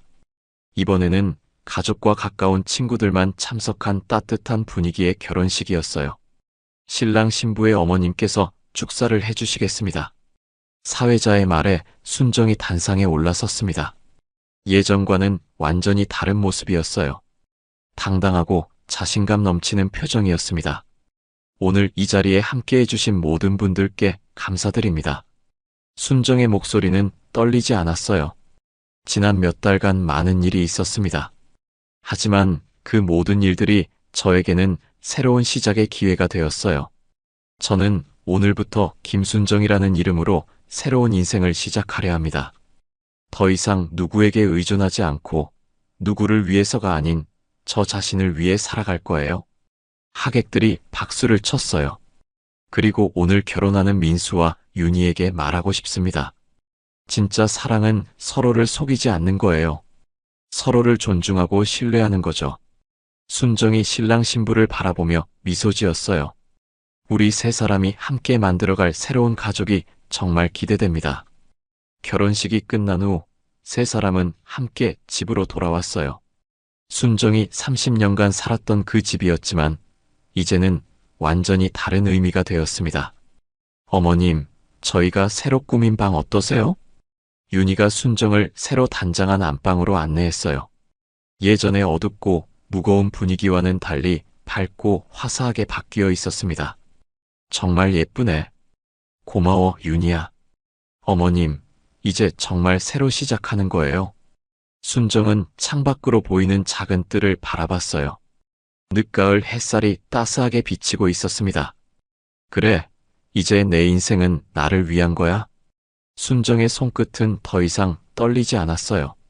30년간 참고 견뎌왔던 모든 것들이 이제는 과거가 되었습니다. 어머님, 한복 공방은 계속 하실 거죠? 민수가 물었어요. 당연하지. 그게 내 인생이니까. 하지만 이제는 더 당당하게 할 거야. 순정이 환하게 웃었어요. 우리 공방 이름도 바꿔야겠어. 새로운 시작 한복 공방이라고 어때? 좋은 것 같아요. 윤희가 손뼉을 치며 좋아했어요. 저녁 무렵 세 사람은 함께 식탁에 앉아 저녁을 먹었습니다. 예전의 무거운 침묵과는 달리 웃음소리가 끊이지 않았어요. 어머님, 내일부터 제가 공방 일도 도와드릴게요. 윤희야, 한복 만들 줄 알아? 아니요, 하지만 배우고 싶어요. 어머님께 배우면서 함께 일하고 싶어요. 순정은 윤희의 말에 가슴이 따뜻해졌어요. 그럼 우리 함께 새로운 한복들을 만들어 보자. 젊은 사람들이 좋아할 만한 현대적인 한복 말이야. 와, 정말요? 저 그런 거 정말 좋아해요. 세 사람의 대화는 밤늦게까지 이어졌어요. 꿈과 계획으로 가득한 대화였습니다. 그날 밤 순정은 혼자 거실에 앉아 지난 일들을 생각해 봤어요. 고통스럽고 힘들었지만 그 모든 것이 자신을 더 강하게 만들어줬다는 걸 깨달았습니다. 이제 정말 새로운 시작이야. 순정은 창밖의 별을 바라보며 조용히 다짐했어요. 더 이상 누구를 위한 인생이 아닌 자신을 위한 진짜 인생을 살아가겠다고 말이죠. 오늘 이야기 어떠셨나요? 가족이라 믿었던 사람이 당신을 배신한다면 당신은 어떻게 하시겠습니까? 평생의 희생이 하루아침에 무너질 때 우리는 주저앉아야 할까요? 아니면 일어서야 할까요? 진실을 밝히는 용기는 때로 가장 큰 무기가 됩니다. 제가 예비 며느리였다면 그 상황에서 너무 놀라서 아무것도 못했을 텐데 윤희의 용기는 정말 대단한 것 같습니다. 상처를 준 사람을 용서할 것인가? 아니면 나를 위해 문을 닫을 것인가? 결국 진짜 가족은 피보다 서로를 지켜주는 마음이라는 걸 잊지 마세요. 오늘의 교훈이었습니다. 감사합니다. 손목에 붕대를 감고 묵묵히 식판을 들었던 여군 중위. 그러나 그 식판은 누군가에 의해 바닥에 내팽개쳐졌습니다. 그날의 굴욕은 단순한 사건이 아니라 부패한 권력과의 정면 충돌로 이어졌습니다. 이 이야기는 한 사람의 용기가 어떻게 조직을 바꾸고 부패한 권력을 참교육하는지를 보여주는 이야기입니다. 김서진은 새벽 6시가 되기도 전에 눈을 떴습니다. 생활관 침대에서 몸을 일으키며 왼손목을 살펴봤습니다. 하얀 붕대가 촘촘히 감겨져 있었죠. 전날 창고에서 보급품을 정리하다가 무거운 상자를 들어 올리던 중 삐끗했던 거였습니다. 통증이 아직 남아 있었지만 참을 만했습니다. 중위님, 벌써 일어나셨네요. 옆 침대에 누워있던 강유정 중사가 작은 소리로 말했습니다. 서진보다 3살 어린 후배였지만 군 생활은 더 오래 한 베테랑이었죠. 유정은 서진이 부임한 첫날부터 든든한 동료가 되어주었습니다. 응, 오늘 창고 점검이 있어서 일찍 나가야 해. 서진은 조용히 대답하며 군복을 입기 시작했습니다. 거울을 보니 32세 여군 중위의 얼굴이 비쳤습니다. 깔끔하게 정리된 단발머리, 화장기 없는 얼굴에서도 단단한 의지가 느껴졌죠. 하지만 요즘 들어 자꾸만 피로감이 쌓여갔습니다. 부대 내 여군 비율은 전체의 5%도 안 됐습니다. 남자들만의 세상에서 살아남기 위해서는 늘 더 완벽해야 했고 더 강해야 했죠. 실수라도 하는 날엔 역시 여자라서 그래 같은 소리를 들어야 했으니까요. 서진은 이런 환경에서도 꿋꿋이 버텨왔습니다. 중위님, 손목 괜찮으세요? 어제 상당히 아파하시던데. 유정이 걱정스럽게 물었습니다. 어제 창고에서 서진이 상자를 놓치며 신음소리를 내는 걸 본 터였거든요. 괜찮아. 이 정도는 아무것도 아니야. 군인이 이런 걸로 아프다고 하면 안 되지. 서진은 일부러 담담하게 말했습니다. 약한 모습을 보이면 안 된다는 게 이미 몸에 배어 있었죠. 하지만 실제로는 밤새 손목이 욱신거려서 잠을 제대로 이루지 못했습니다. 세면을 마치고 식당으로 향하는 복도에서 서진은 몇몇 병사들과 마주쳤습니다. 인사를 받으며 지나가는데 그들의 시선이 자꾸 자신의 붕대 감긴 손목으로 향하는 게 느껴졌어요. 아마 소문이 이미 퍼졌을 겁니다. 여군 중위가 업무 중 다쳤다는 얘기 말이죠. 복도를 걸으며 서진은 오늘 해야 할 일들을 머릿속으로 정리했습니다. 군수가 업무는 생각보다 복잡했어요. 부대 내 모든 보급품과 장비를 관리하고 예산을 집행하고 각종 서류를 작성해야 했으니까요. 특히 요즘에는 몇 가지 이상한 점들이 발견되고 있었습니다. 보급품 재고가 서류상 기록과 맞지 않는 경우가 종종 있었고 일부 고가 장비들이 설명할 수 없게 사라지는 일도 벌어지고 있었죠. 더 이상한 건 이런 문제를 지적할 때마다 상급자들이 별일 아니다라며 넘어가려 한다는 점이었습니다. 서진은 이런 문제들을 꼼꼼히 기록해두고 있었어요. 군의 식당에 들어서자 이미 많은 병사들이 아침 식사를 하고 있었습니다. 서진은 익숙한 듯 식판을 들고 배식대로 향했습니다. 왼손목 붕대 때문에 식판을 드는 게 조금 불편했지만 내색하지 않았어요. 주변에서 자신을 보고 있다는 걸 알고 있었거든요. 국 하나, 밥 하나요. 배식을 담당하던 취사병이 서진의 붕대를 보고 잠시 시선을 줬지만 아무 말도 하지 않았습니다. 서진은 평소처럼 반찬을 골라 담으며 자리를 찾았죠. 식당 한쪽 구석, 창가 자리였습니다. 늘 앉던 자리였어요. 식당 안 분위기는 평소와 별다를 게 없었습니다. 병사들의 웃음소리, 수저 부딪히는 소리, 이런저런 대화 소리들이 섞여 있었어요. 하지만 서진은 늘 느끼고 있었습니다. 자신을 바라보는 시선들이 다른 남자 장교들과는 다르다는 것을 말이죠.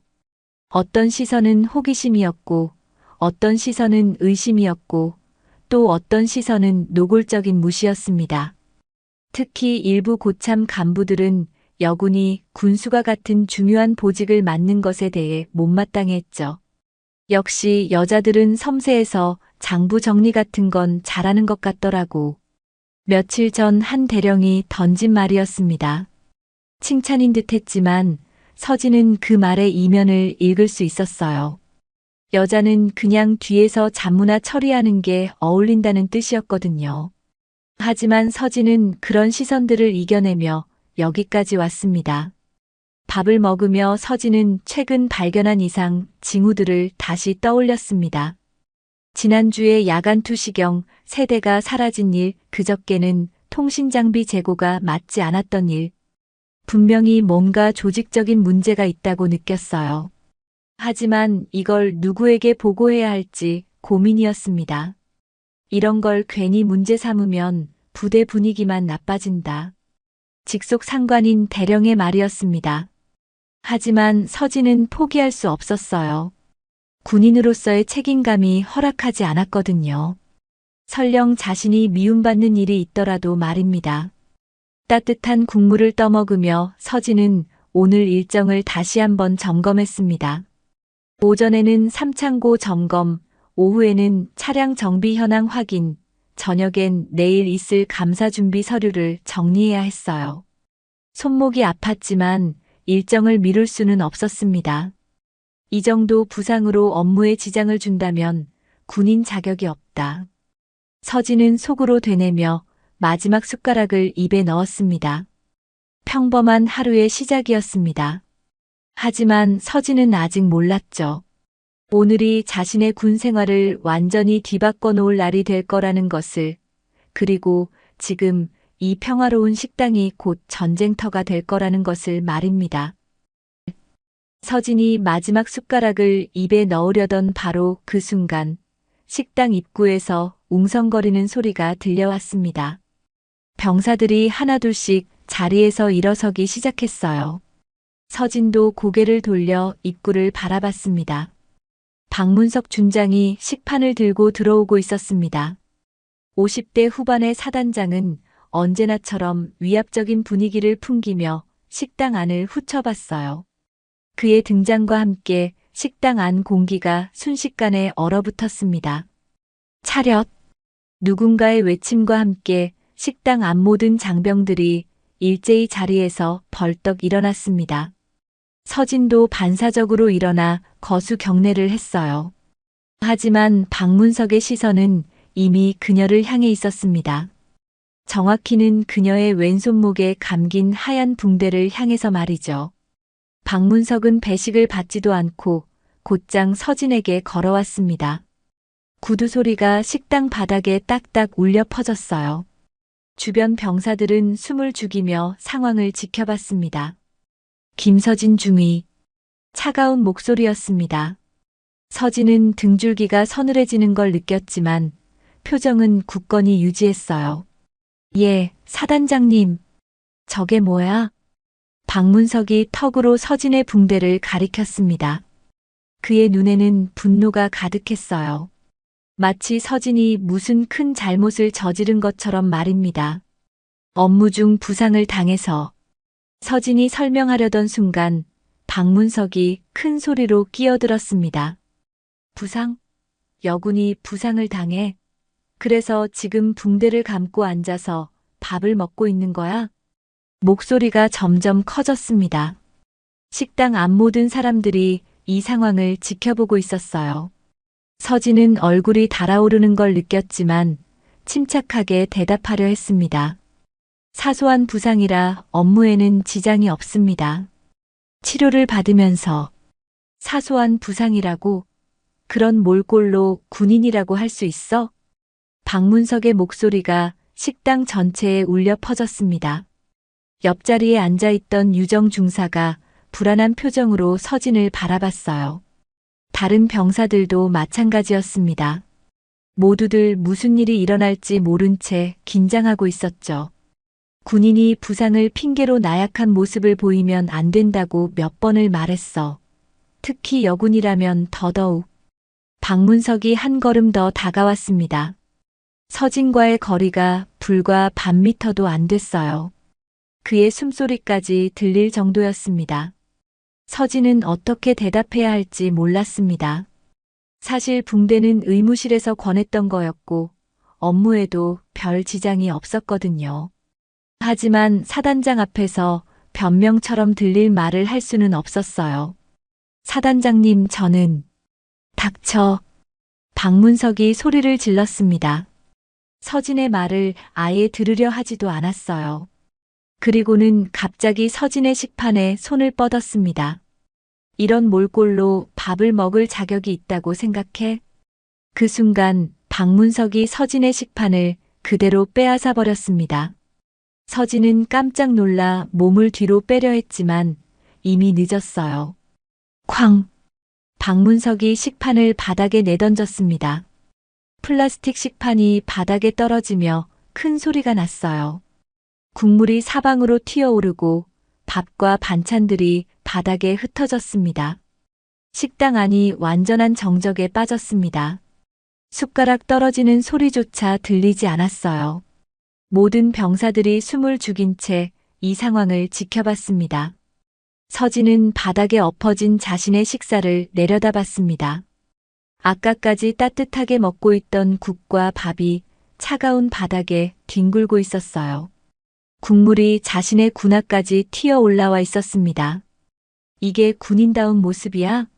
부상 핑계대고 나약한 모습 보이면서 박문석이 계속해서 소리를 질렀습니다.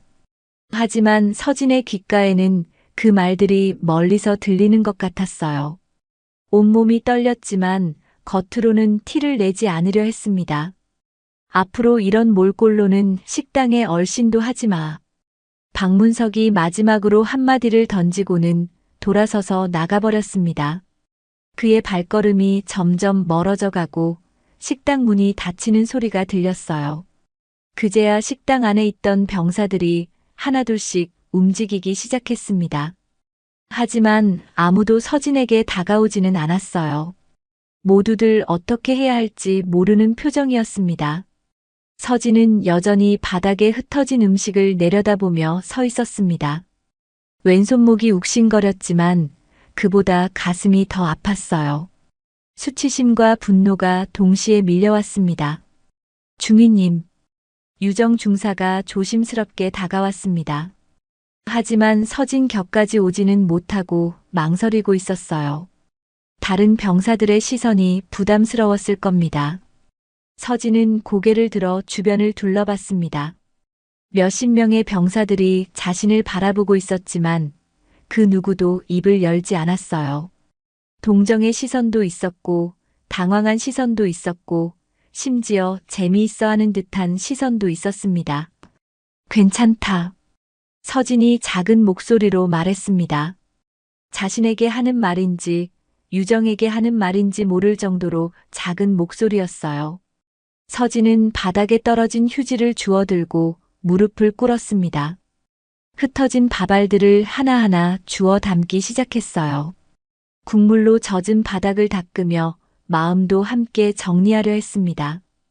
이것이 시작이었습니다. 서진의 길고 험난한 싸움의 첫 번째 라운드가 막 끝난 거였어요. 하지만 서진은 아직 몰랐습니다. 이 사건이 단순한 모욕이 아니라 훨씬 더 큰 무언가의 시작이라는 것을 말이죠. 서진이 바닥에 음식 찌꺼기를 다 치우고 일어선 것은 한참 뒤였습니다. 식당 안 병사들은 대부분 자리를 떠났고 몇몇만이 멀찍이 서 상황을 지켜보고 있었어요. 서진의 무릎에는 국물 자국이 선명하게 남아 있었습니다. 중위님 괜찮으세요? 유정 중사가 마침내 용기를 내어 다가왔습니다. 하지만 목소리는 여전히 떨리고 있었어요. 괜찮다고 했잖아. 서진의 목소리는 평소보다 훨씬 차갑게 들렸습니다. 하지만 유정은 포기하지 않았어요. 중위님 정말 이상해요. 사단장님이 왜 갑자기 저러시는지. 갑자기 서진이 유정을 쳐다봤습니다. 그 순간 유정의 표정이 미묘하게 변했어요. 뭔가 말하고 싶지만 망설이는 듯한 표정이었습니다. 유정아, 뭔가 알고 있는 거야? 서진이 직접적으로 물었습니다. 유정은 잠시 주위를 둘러본 뒤 서진에게 더 가까이 다가왔어요. 중위님, 여기서는 안 돼요. 나중에 생활관에서 얘기해요. 그날 저녁 생활관에서 유정이 털어놓은 이야기는 서진을 충격에 빠뜨렸습니다. 중위님이 요즘 보급품 재고 조사하시잖아요. 그것 때문인 것 같아요. 무슨 소리야? 그냥 정상적인 업무 절차인데? 아니에요. 제가 들은 얘기로는 사단장님이 그 일과 연관되어 있다는 소문이 돌고 있어요. 서진은 순간 숨이 막혔습니다. 지난 몇 달간 자신이 발견한 이상한 점들이 머릿속에 스쳐 지나갔어요. 사라진 장비들, 맞지 않는 재고, 그리고 상급자들의 미온적인 반응. 정확히 어떤 소문이야? 말하기가 너무 위험해요.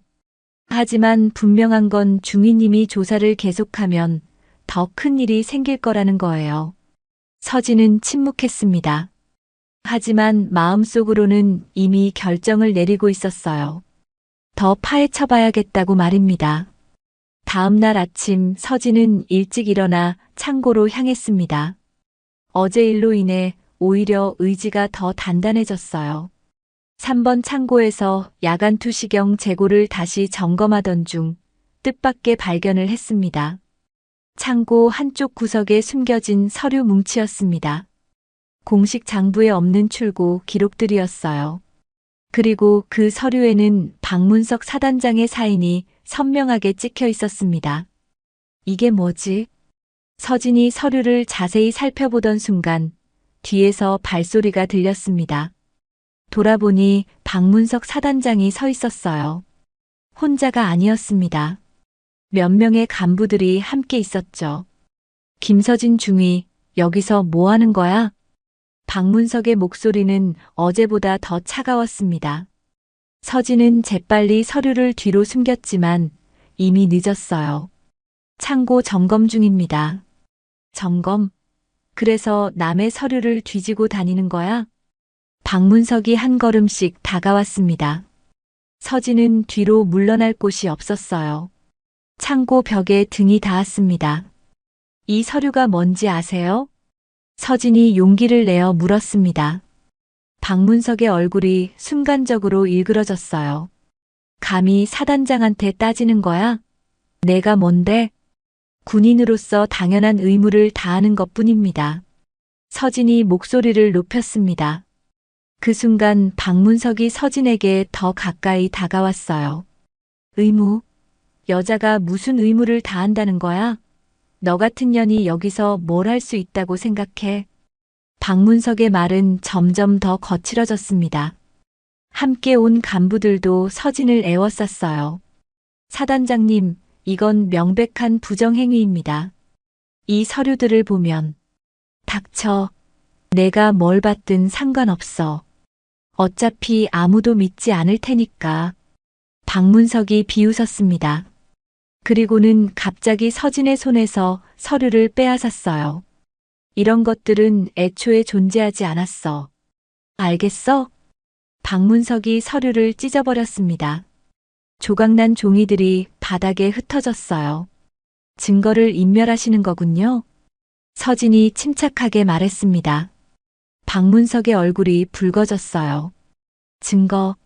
무슨 증거? 여기 누가 내 편을 들어줄 것 같아? 박문석이 주위의 간부들을 돌아봤습니다. 그들은 모두 고개를 숙이고 있었어요. 김서진, 너 지금부터 내 말 잘 들어. 이런 짓 그만두고 조용히 지내. 아니면 뭐요? 서진이 당당하게 맞섰습니다. 박문석은 잠시 당황한 듯 했지만 곧 더 위험한 표정을 지었어요. 아니면 내군 생활이 끝나는 거야. 아니, 내 인생이 끝날 수도 있고. 노골적인 협박이었습니다. 하지만 서진은 굴복하지 않았어요. 협박하시는 건가요? 협박? 이건 충고야. 여자가 남자들 세상에서 잘못 건드리면 어떻게 되는지 몰라서 그러나 박문석의 말은 점점 더 저급해졌습니다. 함께 온 간부들도 불편한 표정을 짓기 시작했어요. 사단장님, 이건 너무... 한소령이 조심스럽게 말하려 했지만 박문석이 그를 제지했습니다. 너도 입 다물어. 인연이 우리 부대를 망치려고 하는데 가만히 있을 거야? 상황이 점점 험악해졌습니다. 서진은 창고 밖으로 나가려 했지만 간부들이 길을 막았어요. 어디 가려고? 아직 얘기 안 끝났어. 박문석이 서진의 팔을 잡았습니다. 그 순간 서진의 손목 붕대가 풀어졌어요. 다시 아픈 곳을 건드린 거였습니다. 아! 서진이 작은 신음을 내뱉었습니다. 박문석이 비웃었어요. 아프지? 이런 몸으로 무슨 군인 노릇을 하려고 해? 차라리 집에 가서 애나 봐.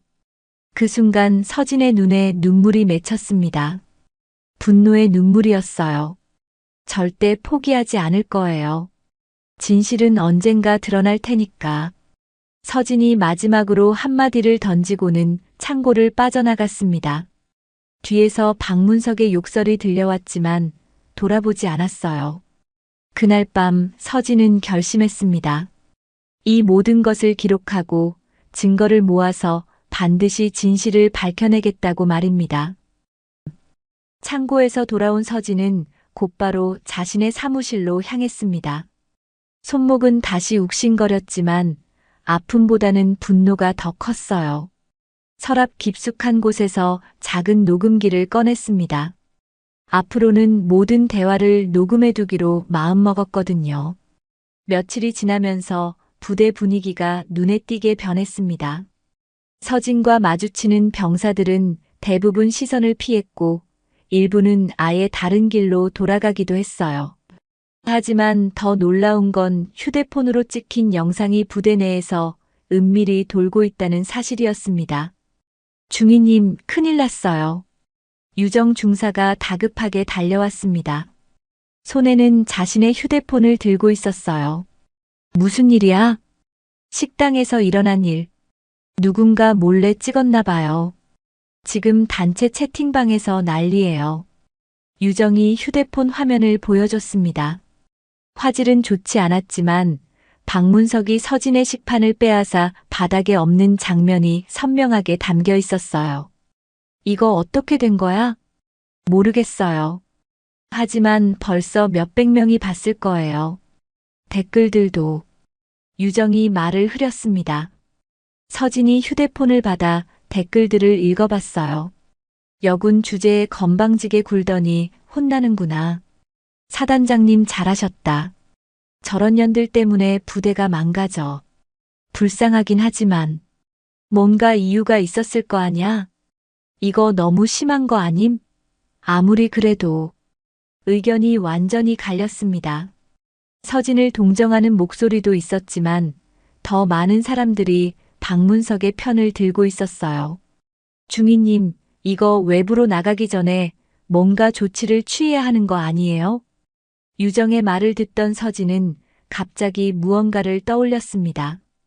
이 영상이 오히려 기회가 될 수도 있겠다는 생각이 들었어요. 유정아, 군 감사실에 어떻게 연락하는지 알아? 감사실요? 왜요? 이 모든 걸 신고할 거야. 영상도 있고 내가 본 서류들도 있고. 하지만 유정의 표정이 어두워졌습니다. 중위님, 그러다가 정말 큰일 날 수도 있어요. 사단장을 적으로 돌리면. 이미 적이 됐잖아. 그럼 이대로 당하고만 있으라는 거야? 서진의 목소리가 높아졌습니다. 그때 사무실 문이 거칠게 열렸어요. 박문석이 혼자 들어왔습니다. 야, 강유정 중사는 나가. 예, 사단장님. 유정이 황급히 나가면서 서진에게 걱정스러운 눈빛을 보냈습니다. 문이 닫히자 박문석이 서진에게 다가왔어요. 김서진, 너 지금 뭔 짓 하는 거야? 무슨 말씀이신지. 시치미 떼지 마. 영상 돌아다니는 거 다 알고 있어. 그리고 내가 감사실에 신고하려 한다는 것도. 박문석의 목소리가 사무실 전체에 울려 퍼졌습니다. 서진은 마음을 단단히 먹었어요. 신고할 거예요. 사단장님이 하신 일들, 그리고 보급품 유출 건까지 전부. 이 미친년이 감히 누구를 협박하는 거야? 박문석이 주먹을 불끈 쥐었습니다. 순간 서진은 몸을 움츠렸지만 시선은 피하지 않았어요. 협박이 아니라 정당한 신고입니다. 정당한 신고라고? 너 같은 년이 뭘 안다고? 이 부대가 어떻게 돌아가는지나 알고 떠드는 거야? 박문석이 책상을 쾅 하고 쳤습니다. 서진의 컴퓨터가 흔들렸어요. 알아요. 그래서 더 신고해야 하는 거죠. 야, 김서진. 너 지금 내 말 듣고 있는 거야? 내가 누군지 알아? 박문석 사단장님이시죠. 서진이 침착하게 대답했습니다. 하지만 박문석은 이 대답이 마음에 들지 않았나 봅니다. 사단장님이라고? 그럼 사단장한테 이런 식으로 대하는 게 맞다고 생각해? 존경받을 만한 사단장이라면 존경하겠습니다. 그 순간 박문석의 얼굴이 완전히 일그러졌습니다. 이 건방진년이, 너 정말 죽고 싶어 하는구나. 박문석이 서진에게 한 발짝 더 다가왔습니다. 이제 둘 사이의 거리는 불과 30cm도 안 됐어요. 협박하시는 건가요? 그것도 녹음하고 있는데. 서진이 책상 위에 놓인 작은 녹음기를 가리켰습니다. 박문석의 눈이 커졌어요. 뭐? 녹음을? 이 미친년이 정말. 박문석이 녹음기를 집으려 했지만 서진이 재빨리 가져갔습니다. 이미 백업해뒀어요. 클라우드에도 올려뒀고요. 너 정말 죽고 싶구나. 좋아, 그럼 끝까지 가보자. 박문석이 휴대폰을 꺼냈습니다. 어디론가 전화를 걸기 시작했어요. 여보세요? 저 박문석입니다. 네, 김서진 중위권인데요. 네, 당장 조치를 취해주세요. 전화를 끊은 박문석이 서진을 보며 비웃었습니다. 김서진, 너 이제 끝이야. 1시간 안에 내 전출 명령이 떨어질 거다. 전출이요? 그것도 아주 좋지 않은 곳으로 말이야. 변방 부대 중에서도 가장 험한 곳. 서진은 순간 어지러움을 느꼈습니다. 하지만 굴복할 수는 없었어요. 그래도 신고는 할 거예요. 신고? 누가 내 말을 믿을 것 같아? 상부에는 이미 내 사람들이 있어. 내가 아무리 떠들어봐야 소용없다고. 박문석이 문 쪽으로 걸어가면서 마지막으로 한마디 더 던졌습니다. 아, 그리고 강유정 중사도 내일부터 다른 부대로 전출이야. 너랑 엮이지 말라고 했는데 말을 안 듣더라고. 유정이는 왜요? 아무 잘못도 없는데. 내가 끌어들인 거잖아. 동료까지 망치고 싶었으면 성공한 거네. 문이 쾅 하고 닫혔습니다. 서진은 혼자 남겨진 사무실에서 무릎이 꺾이는 걸 느꼈어요. 하지만 눈물은 참았습니다. 1시간 뒤 정말로 전출 명령서가 도착했습니다. 강원도 최전방 부대였어요. 그리고 유정의 전출 명령서도 함께 왔습니다. 그날 밤 유정이 서진을 찾아왔습니다. 눈이 빨갛게 부어 있었어요. 중위님 미안해요. 저 때문에 이런 일이. 아니야, 내 잘못이야. 너를 끌어들이지 말았어야 했는데. 그래도 후회 안 해요. 중위님이 옳은 일을 하고 계신 거니까. 두 사람은 한동안 말없이 앉아 있었습니다. 서진은 마음속으로 다짐했어요. 설령 변방으로 쫓겨나더라도 반드시 진실을 밝혀내겠다고 말입니다. 전출 명령서를 받은 지 사흘이 지났습니다. 서진은 마지막 희망을 걸고 군 감사실에 정식 신고서를 제출했어요.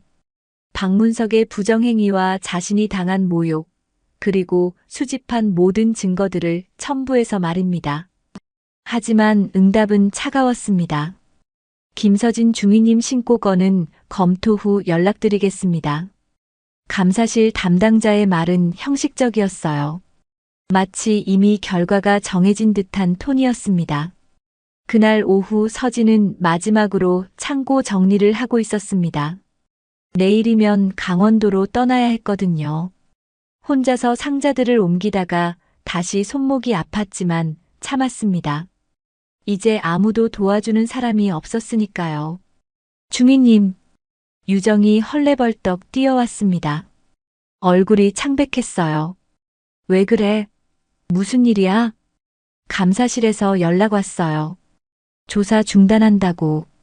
서진의 손에서 상자가 떨어질 뻔했습니다. 뭐라고? 중단이라니? 상부 지시래요. 더 이상 조사할 필요가 없다고.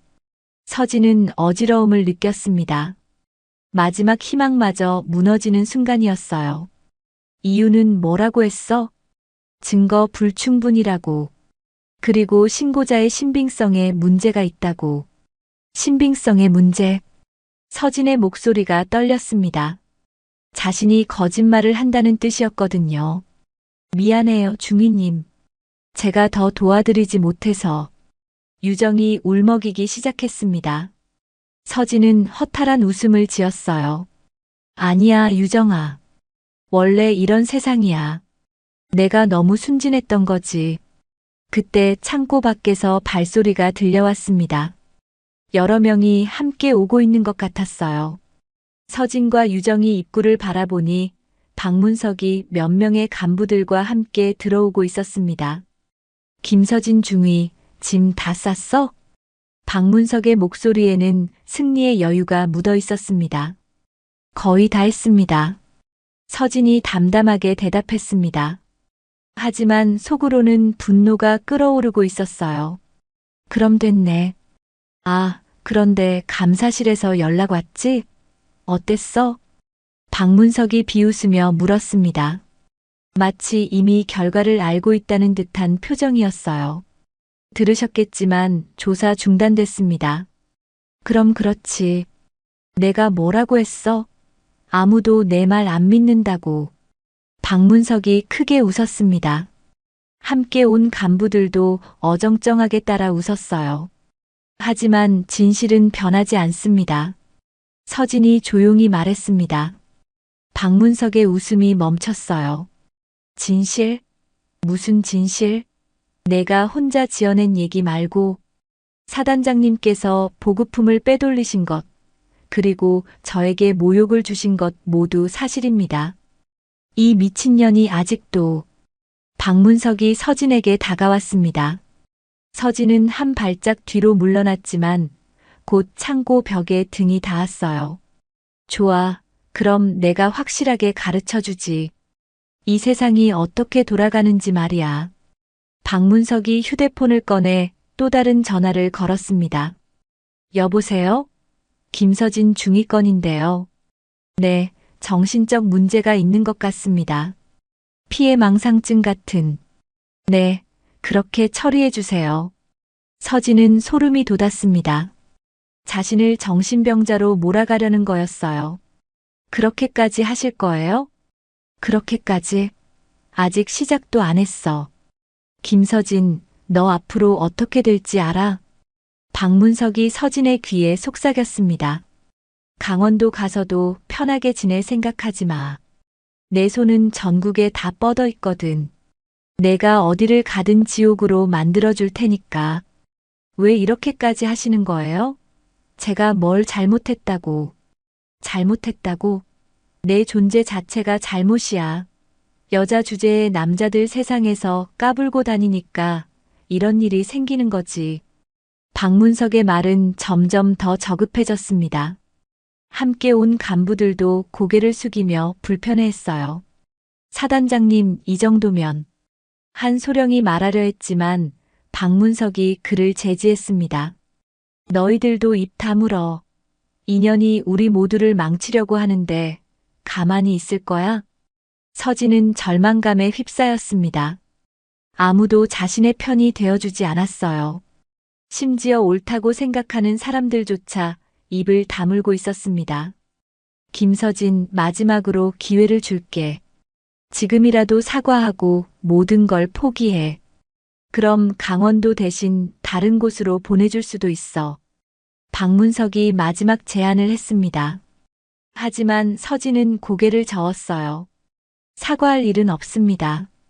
제가 한 건 정당한 일이니까요. 정당한 일이라고? 좋아, 그럼 끝까지 가보자. 너 이제 정말 끝이야. 박문석이 돌아서며 마지막으로 한마디 더 던졌습니다. 아, 그리고 내 신고서 이미 상부에서 묻어버렸어.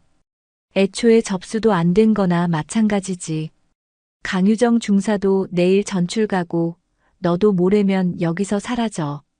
그럼 이 모든 게 없던 일이 되는 거야. 문이 닫히고 서진은 혼자 남았습니다. 무릎에 힘이 풀려 주저앉았어요. 그동안 쌓아온 모든 것이 한순간에 무너지는 기분이었습니다. 하지만 포기할 수는 없었습니다. 설령 혼자가 되더라도, 설령 모든 세상이 등을 돌리더라도 말입니다. 서진은 떨리는 손으로 휴대폰을 꺼냈어요. 마지막 카드가 하나 남아 있었습니다. 서진은 떨리는 손으로 휴대폰 화면을 바라봤습니다. 통화 목록에서 한 번도 걸어본 적 없는 번호를 찾았어요. 아버지의 개인 번호였습니다. 하지만 마음속으로는 이미 포기하고 있었죠. 아버지는 지금 해외 파병 중이라고 들었거든요. 그래도 마지막 희망을 붙잡고 전화를 걸었습니다. 여보세요? 익숙한 목소리가 들려왔습니다. 서진은 순간 말문이 막혔어요. 아빠, 서진아, 무슨 일이야? 목소리가 이상하네. 아버지 김태성의 목소리는 생각보다 가까이서 들렸습니다. 해외에서 걸려오는 전화치고는 너무 선명했어요. 아빠, 지금 어디 계세요? 응, 서울이지. 어제 돌아왔어. 왜? 서진은 깜짝 놀랐습니다. 해외 파병 중이라고 들었는데 벌써 돌아오셨다니요. 아빠, 저 지금 큰일 났어요. 서진이 울먹이며 말했습니다. 그동안 참아왔던 감정들이 한꺼번에 쏟아져 나왔어요. 무슨 일인데? 천천히 말해봐. 사단장이 저한테 너무 심하게 해요. 식판도 없고 협박도 하고. 서진이 지난 며칠간 일어난 일들을 차근차근 설명했습니다. 박문석의 모욕, 보급품 유출 의혹, 그리고 감사실 조사 중단까지 모든 것을 털어놨어요. 전화 너머로 한동안 침묵이 흘렀습니다. 그리고 아버지의 목소리가 들려왔는데 평소와는 완전히 달랐어요. 박문석이라고 했지? 네. 서진아, 아빠가 해결해 줄게. 아버지의 목소리에는 서늘한 분노가 담겨 있었습니다. 서진은 처음 들어보는 아버지의 목소리에 놀랐어요. 아빠, 괜찮아요. 그냥 강원도 가서 조용히 지낼게요. 조용히 지내라고? 내 딸이 그런 모욕을 당했는데?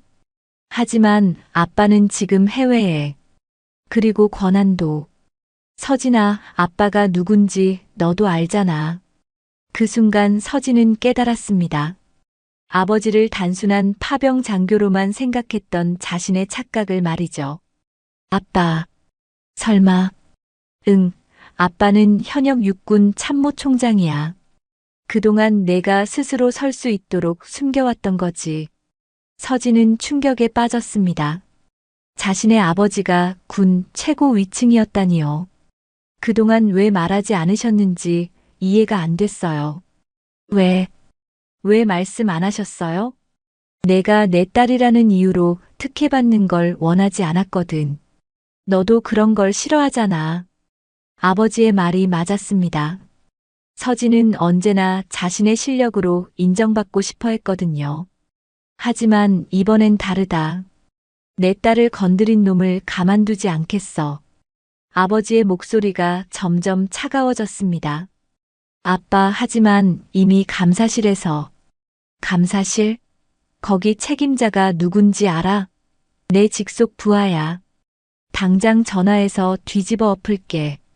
서진은 현실감이 사라지는 기분이었습니다.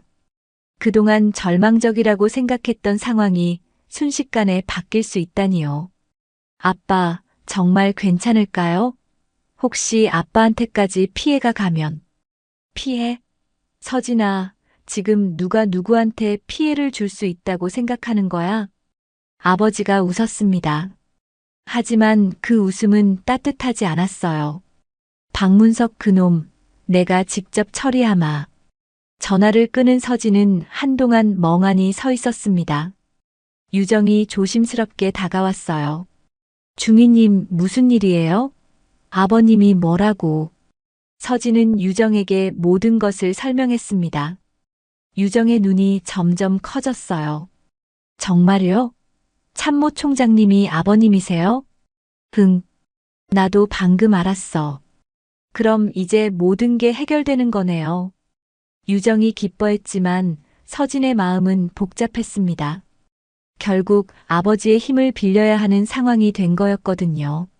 1시간 뒤 서진의 휴대폰이 울렸습니다. 서진아, 아빠야. 네, 아빠. 감사실에서 재조사 시작한다고 연락 왔지? 이번에는 군사경찰까지 투입될 거야. 정말로 감사실에서 연락이 와 있었습니다. 아까와는 완전히 다른 톤이었어요. 그리고 서진아, 너 강원도 전출 취소됐어. 유정 중사도 마찬가지고. 정말요? 서진은 믿기지 않았습니다. 몇 시간 만에 모든 상황이 뒤바뀐 거였어요. 응, 그리고 내일 아빠가 직접 그 부대로 갈 거야. 박문석 그놈 얼굴을 직접 보고 싶어서. 아버지의 목소리에는 살기가 돌고 있었습니다. 아빠, 너무 과하게 하지는 마세요. 과하게? 서진아, 아빠는 지금 화가 머리 꼭대기까지 났어. 내 딸이 그런 모욕을 당했는데 가만히 있을 것 같아? 서진은 처음으로 안도감을 느꼈습니다. 하지만 동시에 걱정도 됐어요. 아버지가 너무 감정적으로 행동할까 봐서 말입니다. 그날 밤 박문석은 급하게 여러 사람들에게 전화를 걸고 있었습니다.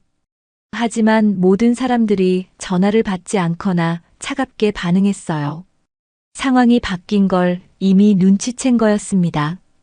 이런 젠장, 김태성이 참모총장이었다고? 박문석이 혼잣말을 중얼거렸습니다. 지금까지 자신이 얼마나 큰 실수를 저질렀는지 깨닫기 시작한 거였어요. 서진은 생활관에서 유정과 함께 앉아 있었습니다. 두 사람 모두 믿기지 않는다는 표정이었어요. 중위님 정말 대단해요. 참모총장님이 아버님이시라니. 나도 몰랐어. 아빠가 그냥 일반 장교인 줄 알았는데.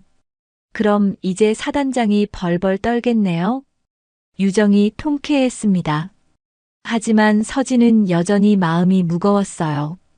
유정아, 결국 내 힘으로 해결한 게 아니잖아. 그래도 중위님이 끝까지 포기하지 않으셨으니까 이런 기회가 온 거예요. 서진은 유정의 말을 듣고 있었지만 마음 한구석은 여전히 허전했습니다. 하지만 이제는 돌이킬 수 없었어요. 내일이면 모든 것이 밝혀질 테니까요. 박문석은 그날 밤 한잠도 자지 못했습니다. 참모총장의 딸을 건드린 자신의 어리석음을 후회하며 말입니다. 하지만 이미 늦었어요. 복수의 칼날은 이미 그의 목을 향해 날아오고 있었으니까요. 다음 날 오전 10시 부대 전체가 비상사태에 빠졌습니다. 참모총장 김태성 대장이 예고 없이 부대를 방문한다는 소식이 전해진 거였어요. 박문석은 사단장실에서 식은땀을 흘리며 왔다 갔다 하고 있었습니다. 젠장, 어떻게 하지? 어떻게 하지? 박문석이 혼잣말을 중얼거렸습니다. 어제까지만 해도 자신만만했던 모습은 온데간데 없었어요. 사단장님, 일단 평정심을 유지하시고. 참모장이 조심스럽게 말했지만 박문석은 들으려 하지 않았습니다. 평정심? 내가 지금 평정심을 유지할 수 있을 것 같아? 참모총장이 온다고. 그때 부대 입구에서 경적 소리가 들려왔습니다. 검은색 승용차 2대가 부대 안으로 들어오고 있었어요. 서진은 창문 너머로 그 모습을 지켜봤습니다. 첫 번째 차에서 김태성 대장이 내렸습니다. 50대 중반의 단단한 체격, 카리스마 넘치는 외모. 서진은 오랜만에 보는 아버지의 모습에 가슴이 뛰었어요. 하지만 아버지의 표정은 평소와 달랐습니다. 차가운 분노가 서려 있었죠. 차렷! 부대 내 모든 간부들이 일제히 거수 경례를 했습니다. 김태성은 인사를 받으며 곧장 사단장실로 향했어요. 사단장실 문이 열렸습니다. 박문석이 부들부들 떨며 거수 경례를 했어요. 박문석 준장, 수고하고 있습니다. 김태성은 인사를 받지도 않고 그냥 들어왔습니다. 뒤따라 온 참모들과 군사 경찰들도 함께 들어왔어요. 앉아. 김태성의 한마디에 박문석이 의자에 털썩 주저앉았습니다. 다리가 떨리고 있었어요. 박 사단장, 내 딸한테 무슨 짓을 한 거야? 김태성이 바로 본론으로 들어갔습니다. 박문석의 얼굴이 하얗게 질렸어요. 참모총장님, 그게 오해가 있으신 것 같습니다. 오해? 영상 다 봤는데? 김태성이 휴대폰을 꺼내 영상을 재생했습니다. 박문석이 서진의 식판을 엎는 장면이 선명하게 나왔어요. 이게 오해야? 그건 군기 확립 차원에서. 군기 확립이라고? 부상당한 부하의 식판을 엎는 게 군기 확립이야? 김태성의 목소리가 점점 높아졌습니다. 박문석은 식은땀을 뻘뻘 흘리며 변명을 늘어놓았어요. 참모 총장님, 사실은 김서진 중위가 부대 기강을 해치고 닥쳐. 김태성이 큰 소리로 외쳤습니다. 사단장실 전체가 떨리는 것 같았어요. 내 딸이 어떤 애인지 내가 모를 것 같아? 얼마나 성실하고 바른지 말이야. 하지만 보급품 문제를 자꾸 제기해서 보급품 문제. 김태성의 눈이 번뜩였습니다. 그리고 군사경찰에게 신호를 보냈어요. 조사관, 보고서 읽어봐. 군사경찰 조사관이 두꺼운 파일을 열었습니다. 박문석 준장께서 지난 2년간 부대 보급품을 외부로 빼돌린 정황이 명확히 드러났습니다. 야간 투시경 47대, 통신장비 23세트, 기타 군용품 다수. 거짓말이야. 그런 일은 없었어. 박문석이 벌떡 일어나며 소리쳤습니다. 하지만 조사관은 계속 읽어나갔어요. 민간업체와의 불법 거래 정황도 포착됐으며 차익을 개인 계좌로 빼돌린 증거도 확보했습니다. 총 금액은 3억 원 상당. 이건 조작이야. 누군가 나를 모함하는 거라고. 박문석이 미친 듯이 소리쳤습니다. 하지만 김태성은 냉소적으로 웃었어요. 조작이라고? 내 통장 내역까지 다 나와 있는데. 조사관이 또 다른 서류를 펼쳤습니다. 박문석의 개인 계좌 거래 내역이었어요. 이건 어떻게? 박문석이 말을 더듬었습니다. 더 이상 변명할 수 없다는 걸 깨달은 거였죠. 박문석, 너 지금까지 잘도 해먹었구나. 내 딸을 짓밟아가면서까지. 김태성이 박문석에게 다가갔습니다. 박문석은 의자에서 벌벌 떨고 있었어요. 참모 총장님, 저는 정말 몰랐습니다. 김서진 중위가 총장님 따님인 줄. 몰랐다고? 그럼 알았으면 안 그랬을 거라는 뜻이야? 김태성의 반문에 박문석은 대답하지 못했습니다. 답해봐. 내 딸이 아니었으면 계속 그런 식으로 괴롭혔을 거지. 그게 아니라. 이 더러운 놈아. 내가 한 짓이 얼마나 추잡한지 알아? 김태성이 책상을 주먹으로 내리쳤습니다. 쾅 하는 소리와 함께 탁상 위 물건들이 흔들렸어요. 그때 사단장실 문이 열리고 서진이 들어왔습니다.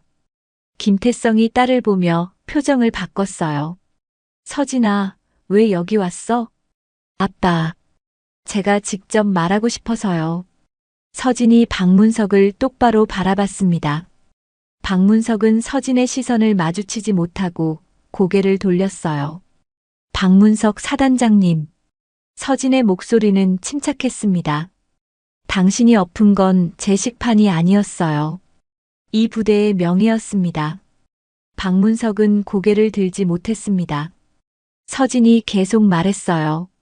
그리고 당신이 훔친 건 보급품이 아니었어요. 이 부대 모든 장병들의 신뢰였습니다. 서진아. 김태성이 딸을 자랑스럽게 바라봤습니다. 서진은 마지막으로 한마디 더 했어요. 저는 여군이어서 당한 게 아니에요. 당신 같은 사람 때문에 당한 거죠. 그 순간 군사경찰이 들어와 박문석에게 수갑을 채우기 시작했습니다. 박문석 준장, 군수품 횡령 및 배임 혐의로 체포합니다. 안 돼. 이건 말이 안 돼. 박문석이 발버둥쳤지만 소용없었습니다. 수갑이 찰칵하는 소리와 함께 채워졌어요. 참모 총장님, 저에게 한 번만 기회를. 기회? 내 딸한테 기회를 줬어? 김태성이 차갑게 말했습니다. 좋은 꼴 보기 싫으니까 빨리 끌고 나가. 박문석이 끌려나가면서 서진을 째려봤습니다. 김서진, 너 이렇게 해서 뭐가 좋아? 아빠 백으로 이긴 거 자랑스러워? 서진은 대답하지 않았습니다. 그냥 조용히 박문석이 끌려나가는 모습을 지켜봤어요. 사단장실이 조용해지자 김태성이 딸에게 다가왔습니다. 서진아, 고생 많았어. 아빠, 고마워요. 서진이 마침내 아버지 품에 안겼습니다. 그동안 참아왔던 눈물이 터져 나왔어요. 김태성은 딸의 등을 토닥이며 속삭였습니다. 이제 괜찮아. 아빠가 모든 걸 해결할게. 박문석이 체포된 지 한 달이 지났습니다. 군 법정에서 열린 재판은 전군의 관심을 끌었어요. 언론에서도 연일 이 사건을 다뤘습니다. 결국 박문석은 징역 5년을 선고받았고 군에서 불명예 제대 처분을 받았죠. 서진은 다시 구내식당에 앉아 있었습니다. 하지만 이번에는 혼자가 아니었어요. 유정 중사가 옆자리에 앉아 있었고 다른 여군들도 함께였습니다. 분위기가 예전과는 완전히 달랐어요. 중위님 정말 대단해요. 그 무서운 박문석을 쓰러뜨리다니. 새로 부임한 여중사 이은미가 감탄하며 말했습니다. 서진은 쓴웃음을 지었어요. 내가 쓰러뜨린 게 아니야. 아버지가 해결해 주신 거지. 그래도 중위님이 끝까지 포기하지 않으셨으니까 가능했던 거잖아요. 유정이 서진을 바라보며 말했습니다. 하지만 서진의 마음은 여전히 복잡했어요. 식당 입구에서 웅성거리는 소리가 들려왔습니다. 새로 부임한 최현수 준장이 들어오고 있었어요. 40대 초반의 젊은 사단장이었습니다. 편하게 식사하십시오. 최현수가 크게 외쳤습니다. 병사들이 일어나려 하자 손짓으로 제지했어요. 예전 박문석과는 완전히 다른 모습이었습니다. 최현수는 배식을 받은 뒤 서진의 테이블 근처로 왔습니다. 김서진 중위님이시죠? 예, 사단장님. 서진이 일어나려 하자 최현수가 손으로 제지했습니다. 앉아서 드세요.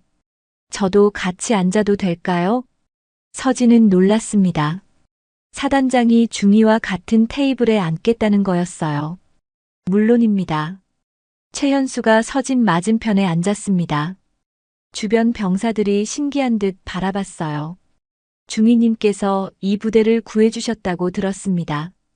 아닙니다. 저는 그냥... 아니에요. 용기 있는 일을 하셨어요. 쉽지 않았을 텐데. 최현수의 말에 서진은 가슴이 뭉클했습니다. 인정받는다는 느낌이었어요. 앞으로 이 부대는 달라질 겁니다. 성별에 관계없이 실력으로만 평가받는 곳으로 만들 거예요. 식당 안 분위기가 밝아졌습니다. 특히 여군들의 표정이 환해졌어요. 식사를 마친 후 서진은 새로운 업무를 시작했습니다. 군수과장으로 승진 발령을 받은 거였어요. 이제는 소령이었습니다. 축하해요, 소령님. 유정이 기뻐하며 인사했습니다. 하지만 서진은 여전히 부담스러워했어요. 이것도 아버지 덕분인 것 같아서. 아니에요. 중위님. 아니, 소령님 실력이에요. 이번 사건으로 상부에서 인정받으신 거예요. 그날 오후 서진에게 의외의 방문자가 찾아왔습니다. 예전에 박문석과 함께 다녔던 간부들 중 하나인 정민호 소령이었어요. 서진 소령님, 시간 좀 내주실 수 있을까요? 정민호는 어색한 표정을 지으며 말했습니다. 서진은 사무실로 그를 안내했어요. 무슨 일이시죠? 사실, 사과드리러 왔습니다. 정민호가 고개를 숙였습니다. 그때 박문석이 소령님께 저지른 일들. 저도 같이 있었는데 말리지 못해서 죄송합니다. 서진은 그의 진심이 느껴졌습니다. 그때는 어쩔 수 없었을 거예요. 저도 이해해요. 아닙니다. 옳지 않은 일인 줄 알면서도 눈 감았으니까요. 앞으로는 다를 거예요. 정민호의 사과를 받으며 서진은 변화를 실감했습니다. 부대 전체가 달라지고 있었어요. 저녁 무렵 서진은 다시 구내식당을 찾았습니다. 이번에는 새로운 마음으로요. 식판을 들고 배식대로 향하는데 취사병이 반갑게 인사했습니다. 소령님, 오늘은 뭘로 드릴까요? 국 하나, 밥 하나요. 반찬도 골고루 주세요. 배식을 받고 자리에 앉는데 여러 병사들이 인사를 건넸습니다. 예전과는 완전히 다른 분위기였어요. 소령님, 저희도 같이 앉아도 될까요? 몇 명의 여군들이 다가왔습니다. 서진은 반갑게 자리를 내어줬어요. 물론이죠. 함께 앉아요. 식사를 하면서 여군들이 자신들의 고민을 털어놓기 시작했습니다. 소령님 덕분에 이제는 눈치 안 보고 일할 수 있게 됐어요. 맞아요. 예전에는 무슨 말을 해도 여자 주제라는 소리만 들었는데 서진은 그들의 말을 들으며 뿌듯함을 느꼈습니다. 자신의 희생이 헛되지 않았다는 생각이 들었어요. 하지만 아직 갈 길이 멀어요. 우리가 계속 노력해야 진짜 변화가 올 거예요. 서진이 진지하게 말했습니다. 여군들이 고개를 끄덕였어요. 유정이 서진 옆에 앉으며 속삭였습니다. 소령님, 참모총장님께서 다음 주에 또 오신다고 들었어요. 그래. 뭐 때문에? 부대 시설 점검이랑. 소령님 만나러 오신다고 하던데요. 서진은 아버지가 걱정되어서 자주 오시는 걸 알고 있었습니다. 하지만 이제는 부담스럽지 않았어요. 식사를 마치고 서진은 식당 창밖을 바라봤습니다. 늦가을 햇살이 부드럽게 내려앉고 있었어요. 몇 달 전만 해도 이 식당은 자신에게 고통의 공간이었습니다. 하지만 이제는 달랐어요. 소령님, 뭘 그렇게 보고 계세요? 유정이 물었습니다. 그냥 많은 게 변했다는 생각이 들어서. 정말 많이 변했죠. 무엇보다 소령님이 가장 많이 변하신 것 같아요. 나도. 예전에는 혼자서 모든 걸 짊어지려고 하셨잖아요. 지금은 우리와 함께 하시고. 서진은 유정의 말이 맞다고 생각했습니다. 혼자서는 할 수 없는 일들이 많다는 걸 깨달았거든요. 유정아, 고마워. 그때 내가 옆에 있어줘서. 저야말로 고마워요. 소령님 덕분에 용기를 배웠거든요. 두 사람은 서로를 바라보며 웃었습니다. 진심 어린 웃음이었어요. 식당을 나서며 서진은 다시 한번 주위를 둘러봤습니다. 병사들이 자연스럽게 대화하고 웃고 식사하는 모습. 이제 이곳은 정말로 모든 군인들을 위한 공간이 되었어요. 이제는 정말 괜찮겠네요. 서진이 혼잣말로 중얼거렸습니다. 뭐가요? 유정이 물었습니다. 이 부대 말이야. 이제는 우리가 지킨 거니까. 서진의 목소리에는 자신감이 넘쳤습니다. 더 이상 두렵거나 위축되지 않았어요. 자신이 옳은 일을 했다는 확신이 있었거든요. 복도를 걸으며 서진은 새로운 계획들을 세우기 시작했습니다.